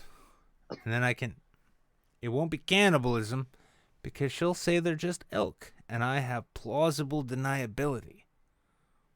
Here's the problem. Do my steaks count as edibles? Because they'll probably get you drunk. Oh, I will be drunk when I eat them. Really pickled. For fuck's sake. Now he's just gonna do it just because stuff. I don't know. Because he can. Exactly. That sounds good. See? Look. I'm glad that this entire stream has come around to cannibalizing James Bugley. No, I don't. I regard him as human, President. Come on, fucking. What do you take me for? It's this internet life. No one's human, honestly. Come on. Like Mickey could tell me tomorrow she's Jewish, and if she was burned alive, I'd still say it wasn't a Holocaust. Okay. My point is. I love the spicy jokes. Yeah, my point is that I'm like they shut my food stamps off. Basically, is what I'm saying. So I need certain subscribers to send other subscribers to my home, jack packed, in vacuum sealed cooler trays, so that I have something to feed my progeny. Now, I'm not saying I want to feed my daughter human flesh. I'm just saying when the coronavirus happens, we're all going to come to a point in which we need to make certain sacrifices in terms of our values. And you're willing to sacrifice Jables. Well, duh, yeah. Yeah, I'm already suicidal. It's not that big of a choice. Like, yeah, exactly. Super easy. Yeah, it'd be like, nah, it's not even. It wouldn't even be suicide. Then it would be a noble. It would be a Bruckheimer level sacrifice, except no explosions. Just be Jables like, I will feed this child of my own flesh. Mickey Ficky. I present my throat. I started doing comedy because I was so sad that I might as well make other people happy. If I can make other people happy by killing myself, perfect. Yeah, I started comedy to make other people happy, but honestly, like, I could be a real humanitarian if I just let people eat of my body. I could be like Jesus. Mm-hmm. Here's the thing. Yeah. Take my blood. Drink my blood. No, hang on. Come on, no. We live in a technologically advanced age these days, Jails. Here's what we could do. We could drain all the blood out of your body, right? We could dehydrate the blood so we get all the water out of it, right? Oh, Jables jerky. No, even better. No. Then we could also we could also find a way to to sort of render all the sugar and fat out of your body. Then we could introduce yeast. Let it ferment. No. And then make Jables wine. Jables wine. That's how I want. You want to use the fat on my body for like a good for brines or like frying for like greasing the pan and stuff like that. Maybe even make a few candles out of it. Who knows? You see, this is the thing I've been trying to. This is the thing I've been saying for fucking ages. Okay, is that we here in the West we need to catch up to China. Now, granted, China and their dietary habits have led to the coronavirus. That's fine, but Jables is so full of corona that we can combat that by. You know what we actually need to do right now is find that video on YouTube where Trump says nothing but China 350,000 times. Have you guys seen that video? It's the China.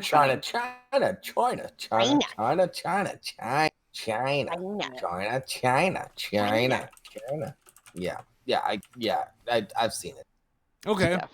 No, you know what? No, that's no. Okay, no. Brainwash. Shut the fuck up. I do not drink Coors or Pabst Blue Ribbon. So. Fuck you. Let's check this out then. But let's say China. China.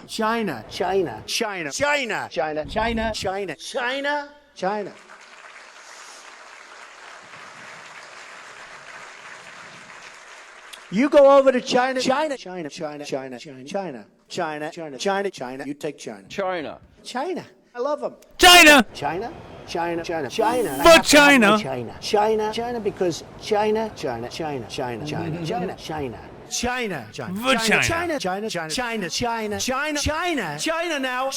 China. You know, China. I know China very well. China. China.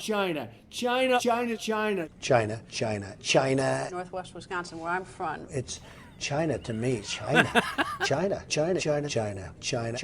You want to buy from China? That's great. Buy from China. Buy toys from China. China in particular. China. I have people that I know in China. China.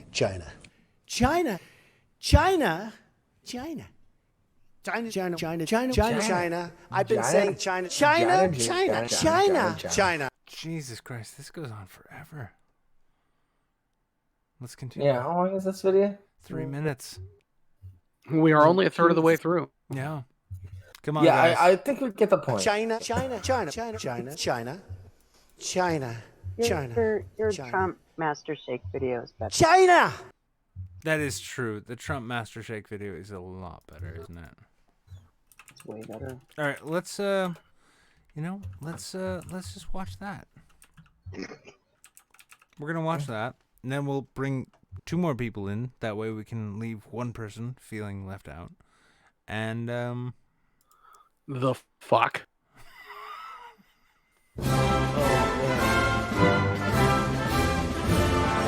No one else will do it. They're taking that chance. And then, if something goes down, which it will, I will sue the corporate office so badly.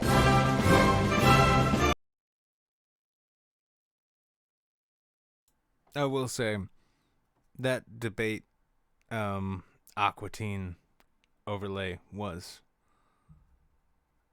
Too good? Yeah, it was so good. Way too good. It was so good. It was You, great. you deserve way more credit for that than you've gotten. Yeah. God, you're gay. You don't think violence solves anything? What kind of monster are you? No, shut up. I'm talking to him.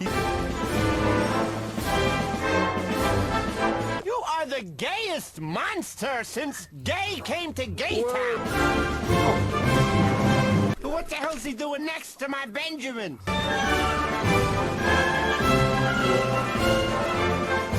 I told you, fireman, astronaut, race car driver, maybe bikini judge. And this is what I get? What the hell's this? Food service? Are you kidding me? This is third world, and I'm from the first. I'm number 1, baby.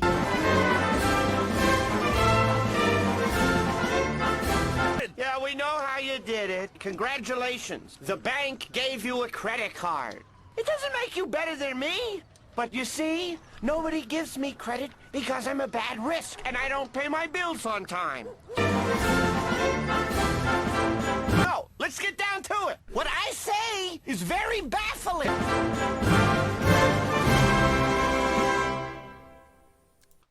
Ah, yes. Yes.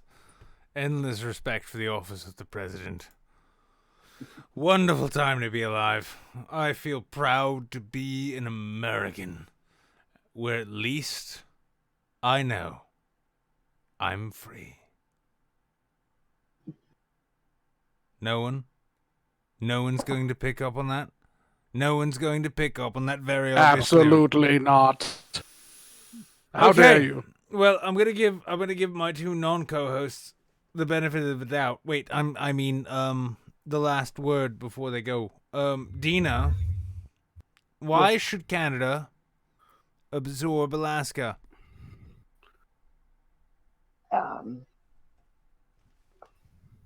I don't think they should. I don't either. That's a terrible question. We should execute whoever asked it. No, Dina, the answer is for oil. No, yes, oil. Wait, no, hang on. No, yes, hang on. Sorry, no. Jables is right. We should allow Canada to annex Alaska, and then we will discover there's oil there, and we can invade Canada. No, there's already oil in Alaska. That's part of why they get like a yearly The American dividend. public doesn't need to know this. So, but what we should do is let Alaska annex. We should allow Canada to annex Alaska. Therefore, we can declare war on Canada for the oil that's in Alaska, and then we gain all of Canada. Are you trying to say that Canada doesn't have oil? No, I'm not saying that. Well, then we should just let I'm Canada saying have let's just be Alaska, really and petty then we'll about it. take it all back. See what I'm Yeah, saying? yeah. Anyway. Yeah, exactly. Dina, as the non-Canadian Canadian, thank you for stopping in. I'm sorry you had to experience this. Hopefully Bernie Sanders will be elected. We'll have public health care, and you can get the mental health care you need to unpack what has happened here tonight. But I'm going to put you in the boot room now. Anything you want to leave us with? I don't know. Put running with reindeer on your bucket list. No, I'm just focused on running with the reindeer. I'm just really excited about that event. I really want to go to that. Neat.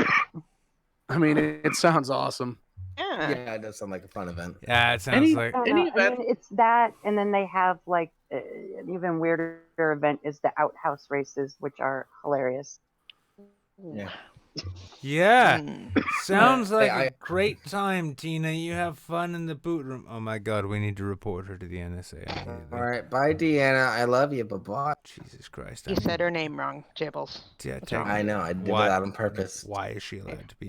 It's why- called a joke. Will you all stop and explain to me why it is she is allowed to be an American citizen? I mean, did you hear that reindeer run? No, that's not American. Yeah. That's Canadian. Sounds like some Canadian bullshit to me. We need to put a stop to this immediately. Mickey Ficky, What? would you like to take this opportunity to reaffirm your commitment to America right now? Because otherwise, you can bet authorities will be called. No.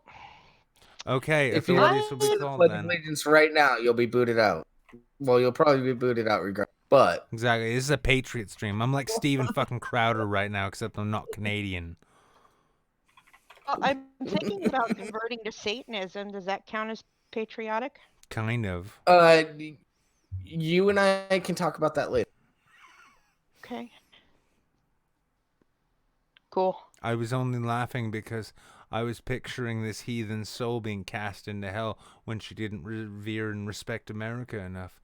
Audience, I hope you all love me so much that you'll, get me on Dave Rubin. Anyway, you have fun in hell there, Mickey.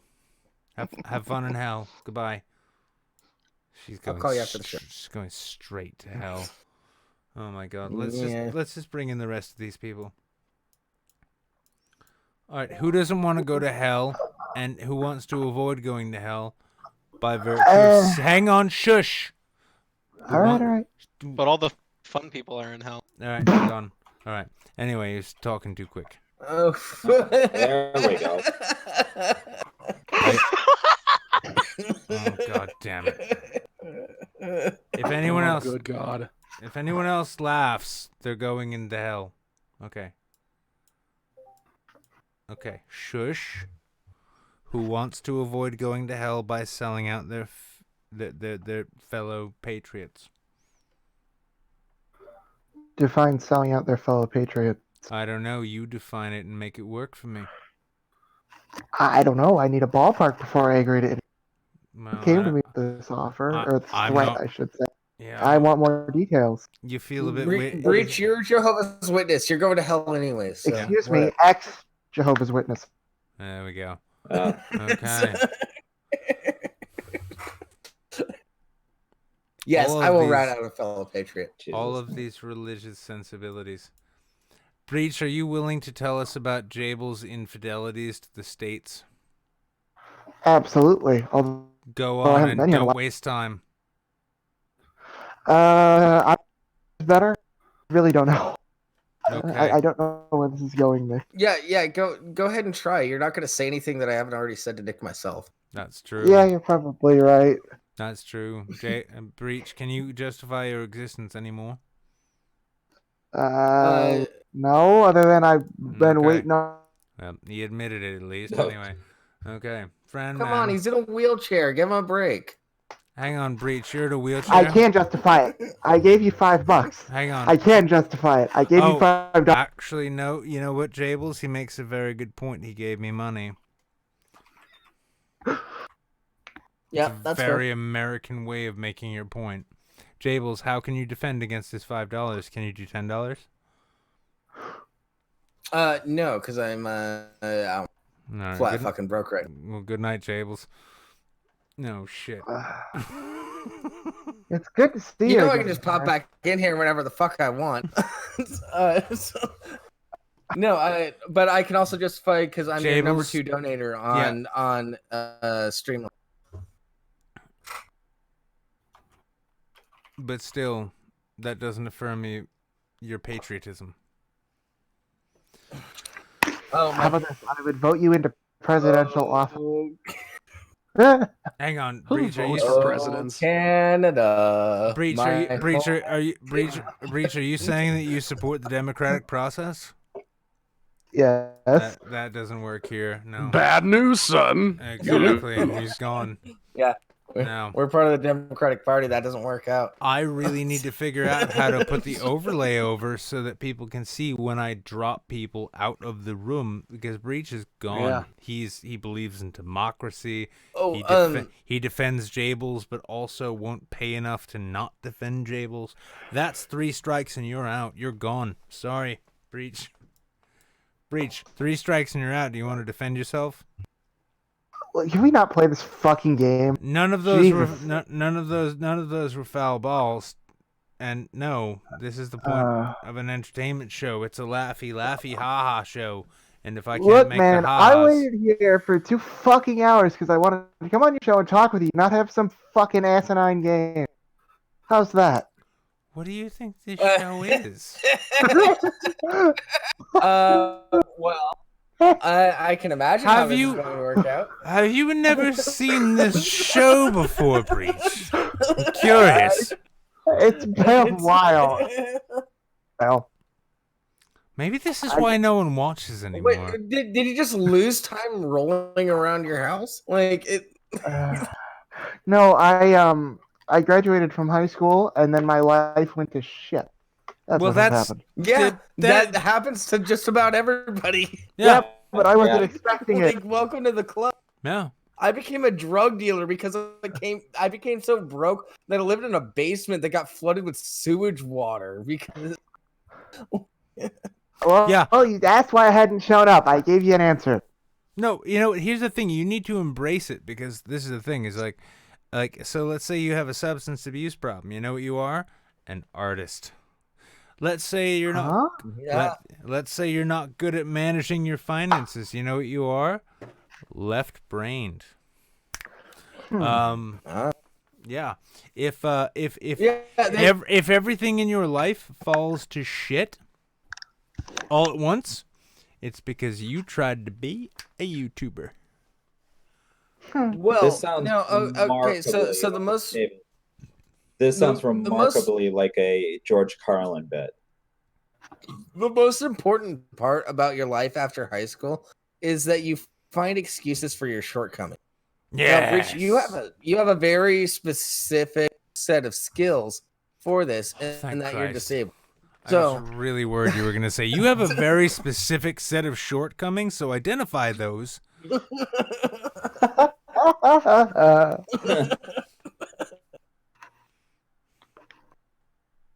Yeah. At least he can do tech support.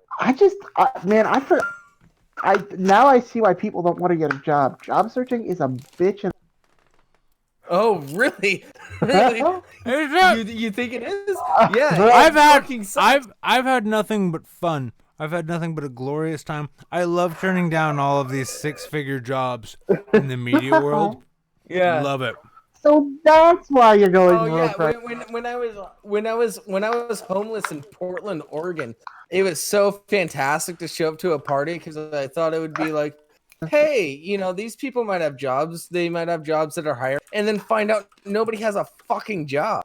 Yeah, that was fucking great. Hang on a second. I just had myself a really fun idea. Let me see here. Hey Nick, off the air, could you? I'm kind of writing a short story, and could you give me a hand with it? All I can do is ask. What? Well, I'm writing a short story, and it starts like Did not you in just the ask middle. me to edit something? No. Oh, thank Christ, 'cause no. I will. I was honestly just asking for a suggestion on how to put a transition. I can edit it. I just needed a suggestion. Listen, I'll tell you this much. Send me a DM on Discord. Do not expect me to get right back to you because I'm not good at doing that. But okay, if I can help, I will. Now, here's a fun thing. My price is your firstborn. Hang on. I have just gone to foxnews.careers. Or foxcareers.com actually is. Now I'm thinking. Shush. This is perfect for you. Shush. I'm thinking of applying as a field producer and making all of my bona fides that I met Tim Pool once. Nick, you'll be the skinniest person working for Fox News. Well, the skinniest man. I read the privacy policy. Wait, I skinniest didn't read male. I didn't read the privacy policy. No. There's some pretty skinny blondes. No! Wait, hang on. Oh, ba-doop. There we go. That's all set. And nope. Anyway, no, I'm gonna have to do this another time. Anyway, that was a plan. I'd love to have done that. That would have been fun. I will actually. Here's the thing. No, actually, tune back in on Monday. I will establish whatever fucking necessary accounts there is to apply for jobs with Fox News, and my biggest resource, my reference, will be Tim Pool. Across the board. I promise. So, we're going to end this show now. Breach. Yes. You've spoken more than you deserved. You get no words. No, actually, Jesus. what do you want to leave us with? Well, I just want to apologize for whatever you're going through. It sounds like it's really rough, man. And why? Do you have anything to do with it? Oh, do I? Yeah, but I'm not saying it on air. No way. Why'd you do that shit? am I... Why'd you do that shit to me? Do what exactly? I don't know. Why? What exactly was it? What you did to me? Why'd you do it? Well, I gave you $5 to try and help your situation. Are you just trying to make up for what you did? Yes, I don't know what you did because it's a secret apparently. Fuck you, Breach. No, you speak no more. Dreadable. Blow me. Dreadable. That's not worth $5. Dreadable. Do you see the picture of the shirt in the Discord? That's the shirt I made the other day for myself. And what does it say? It says, "Please don't cough on me." It says, "Please don't cough on me" in CP colors. Dread. Hang on, Dread. I'll tell you straight up. If you can send me the yellow Chinese graphics there, I'll put that on a red T-shirt. I'll sell it on Teespring, and I'll split it 50 with you. Yeah, okay. I was gonna say, fucking do it, dude. It's gonna happen. Yeah. No, I'll sell it on the Saints. Fuck it, I'll sell it on the Saints Teespring. I'm gonna bring that shit back. Y'all can buy Chinese shirts. They don't cough on me, and roughly an ill-defined amount that is almost equivalent to half, maybe less, more, probably less. Who knows? We'll go to Dreadabell. That's a verbal contract. Am I good, Dreadabell? Yeah, I think so. I'll get back to you on tomorrow so I can get the file for it. Sucker just agreed with a Jew on a Chinese contract. Man, that's fucked up. Anyway. Fran, man, you ain't said shit, but now's your only chance. Nah, man, hey. What? I don't know. I'm tired. I'm sorry. I'm just tired of shit. I've been working since 7. I should be asleep, but fuck it. I decided to sit with you guys. That's That was a wonderful. Hang on. Wait, did you I- donate to the Streamlabs? No, you did not. That was a terrible idea on your part. I'm gonna disavow that. Amazing. Okay, so I do have to give a shout out to Fran Man. He did all of our previous graphics before. He did all of our transitions and shit that we do on the pre-show. So Legitimately, everybody. Yeah. Legitimately, honestly, like everybody, like it's been a lot of fun, and it's been fun like making jokes, but like specifically everyone. Well, of course, to everyone who donated, Larry Kubiak, this show would not exist without you. Breach, I love you to death. Brainwash, Skull Maggot, and of course everyone in the list of Saints of Discord. This thing is like, this whole thing it's like clinging on by its fingernails, but at the same time, the longer it goes, the longer the fingernails get. So the deeper we can root into the fucking cliffside, right? But like this show started from a fucking this show legitimately started from a Photoshop that of all people Angel Kitty did. Yeah. And then I threw a format together, I grabbed a co-host and we did a show. And it's like, I mean, even just having moved into a new Discord, like we there was one Discord that was created around the show, and then all kinds of weird shit happened, and then it turned into its own weird cult, and I'm sure it's still fucking going. And I hope it's going well, and I hope that it's been dead lately.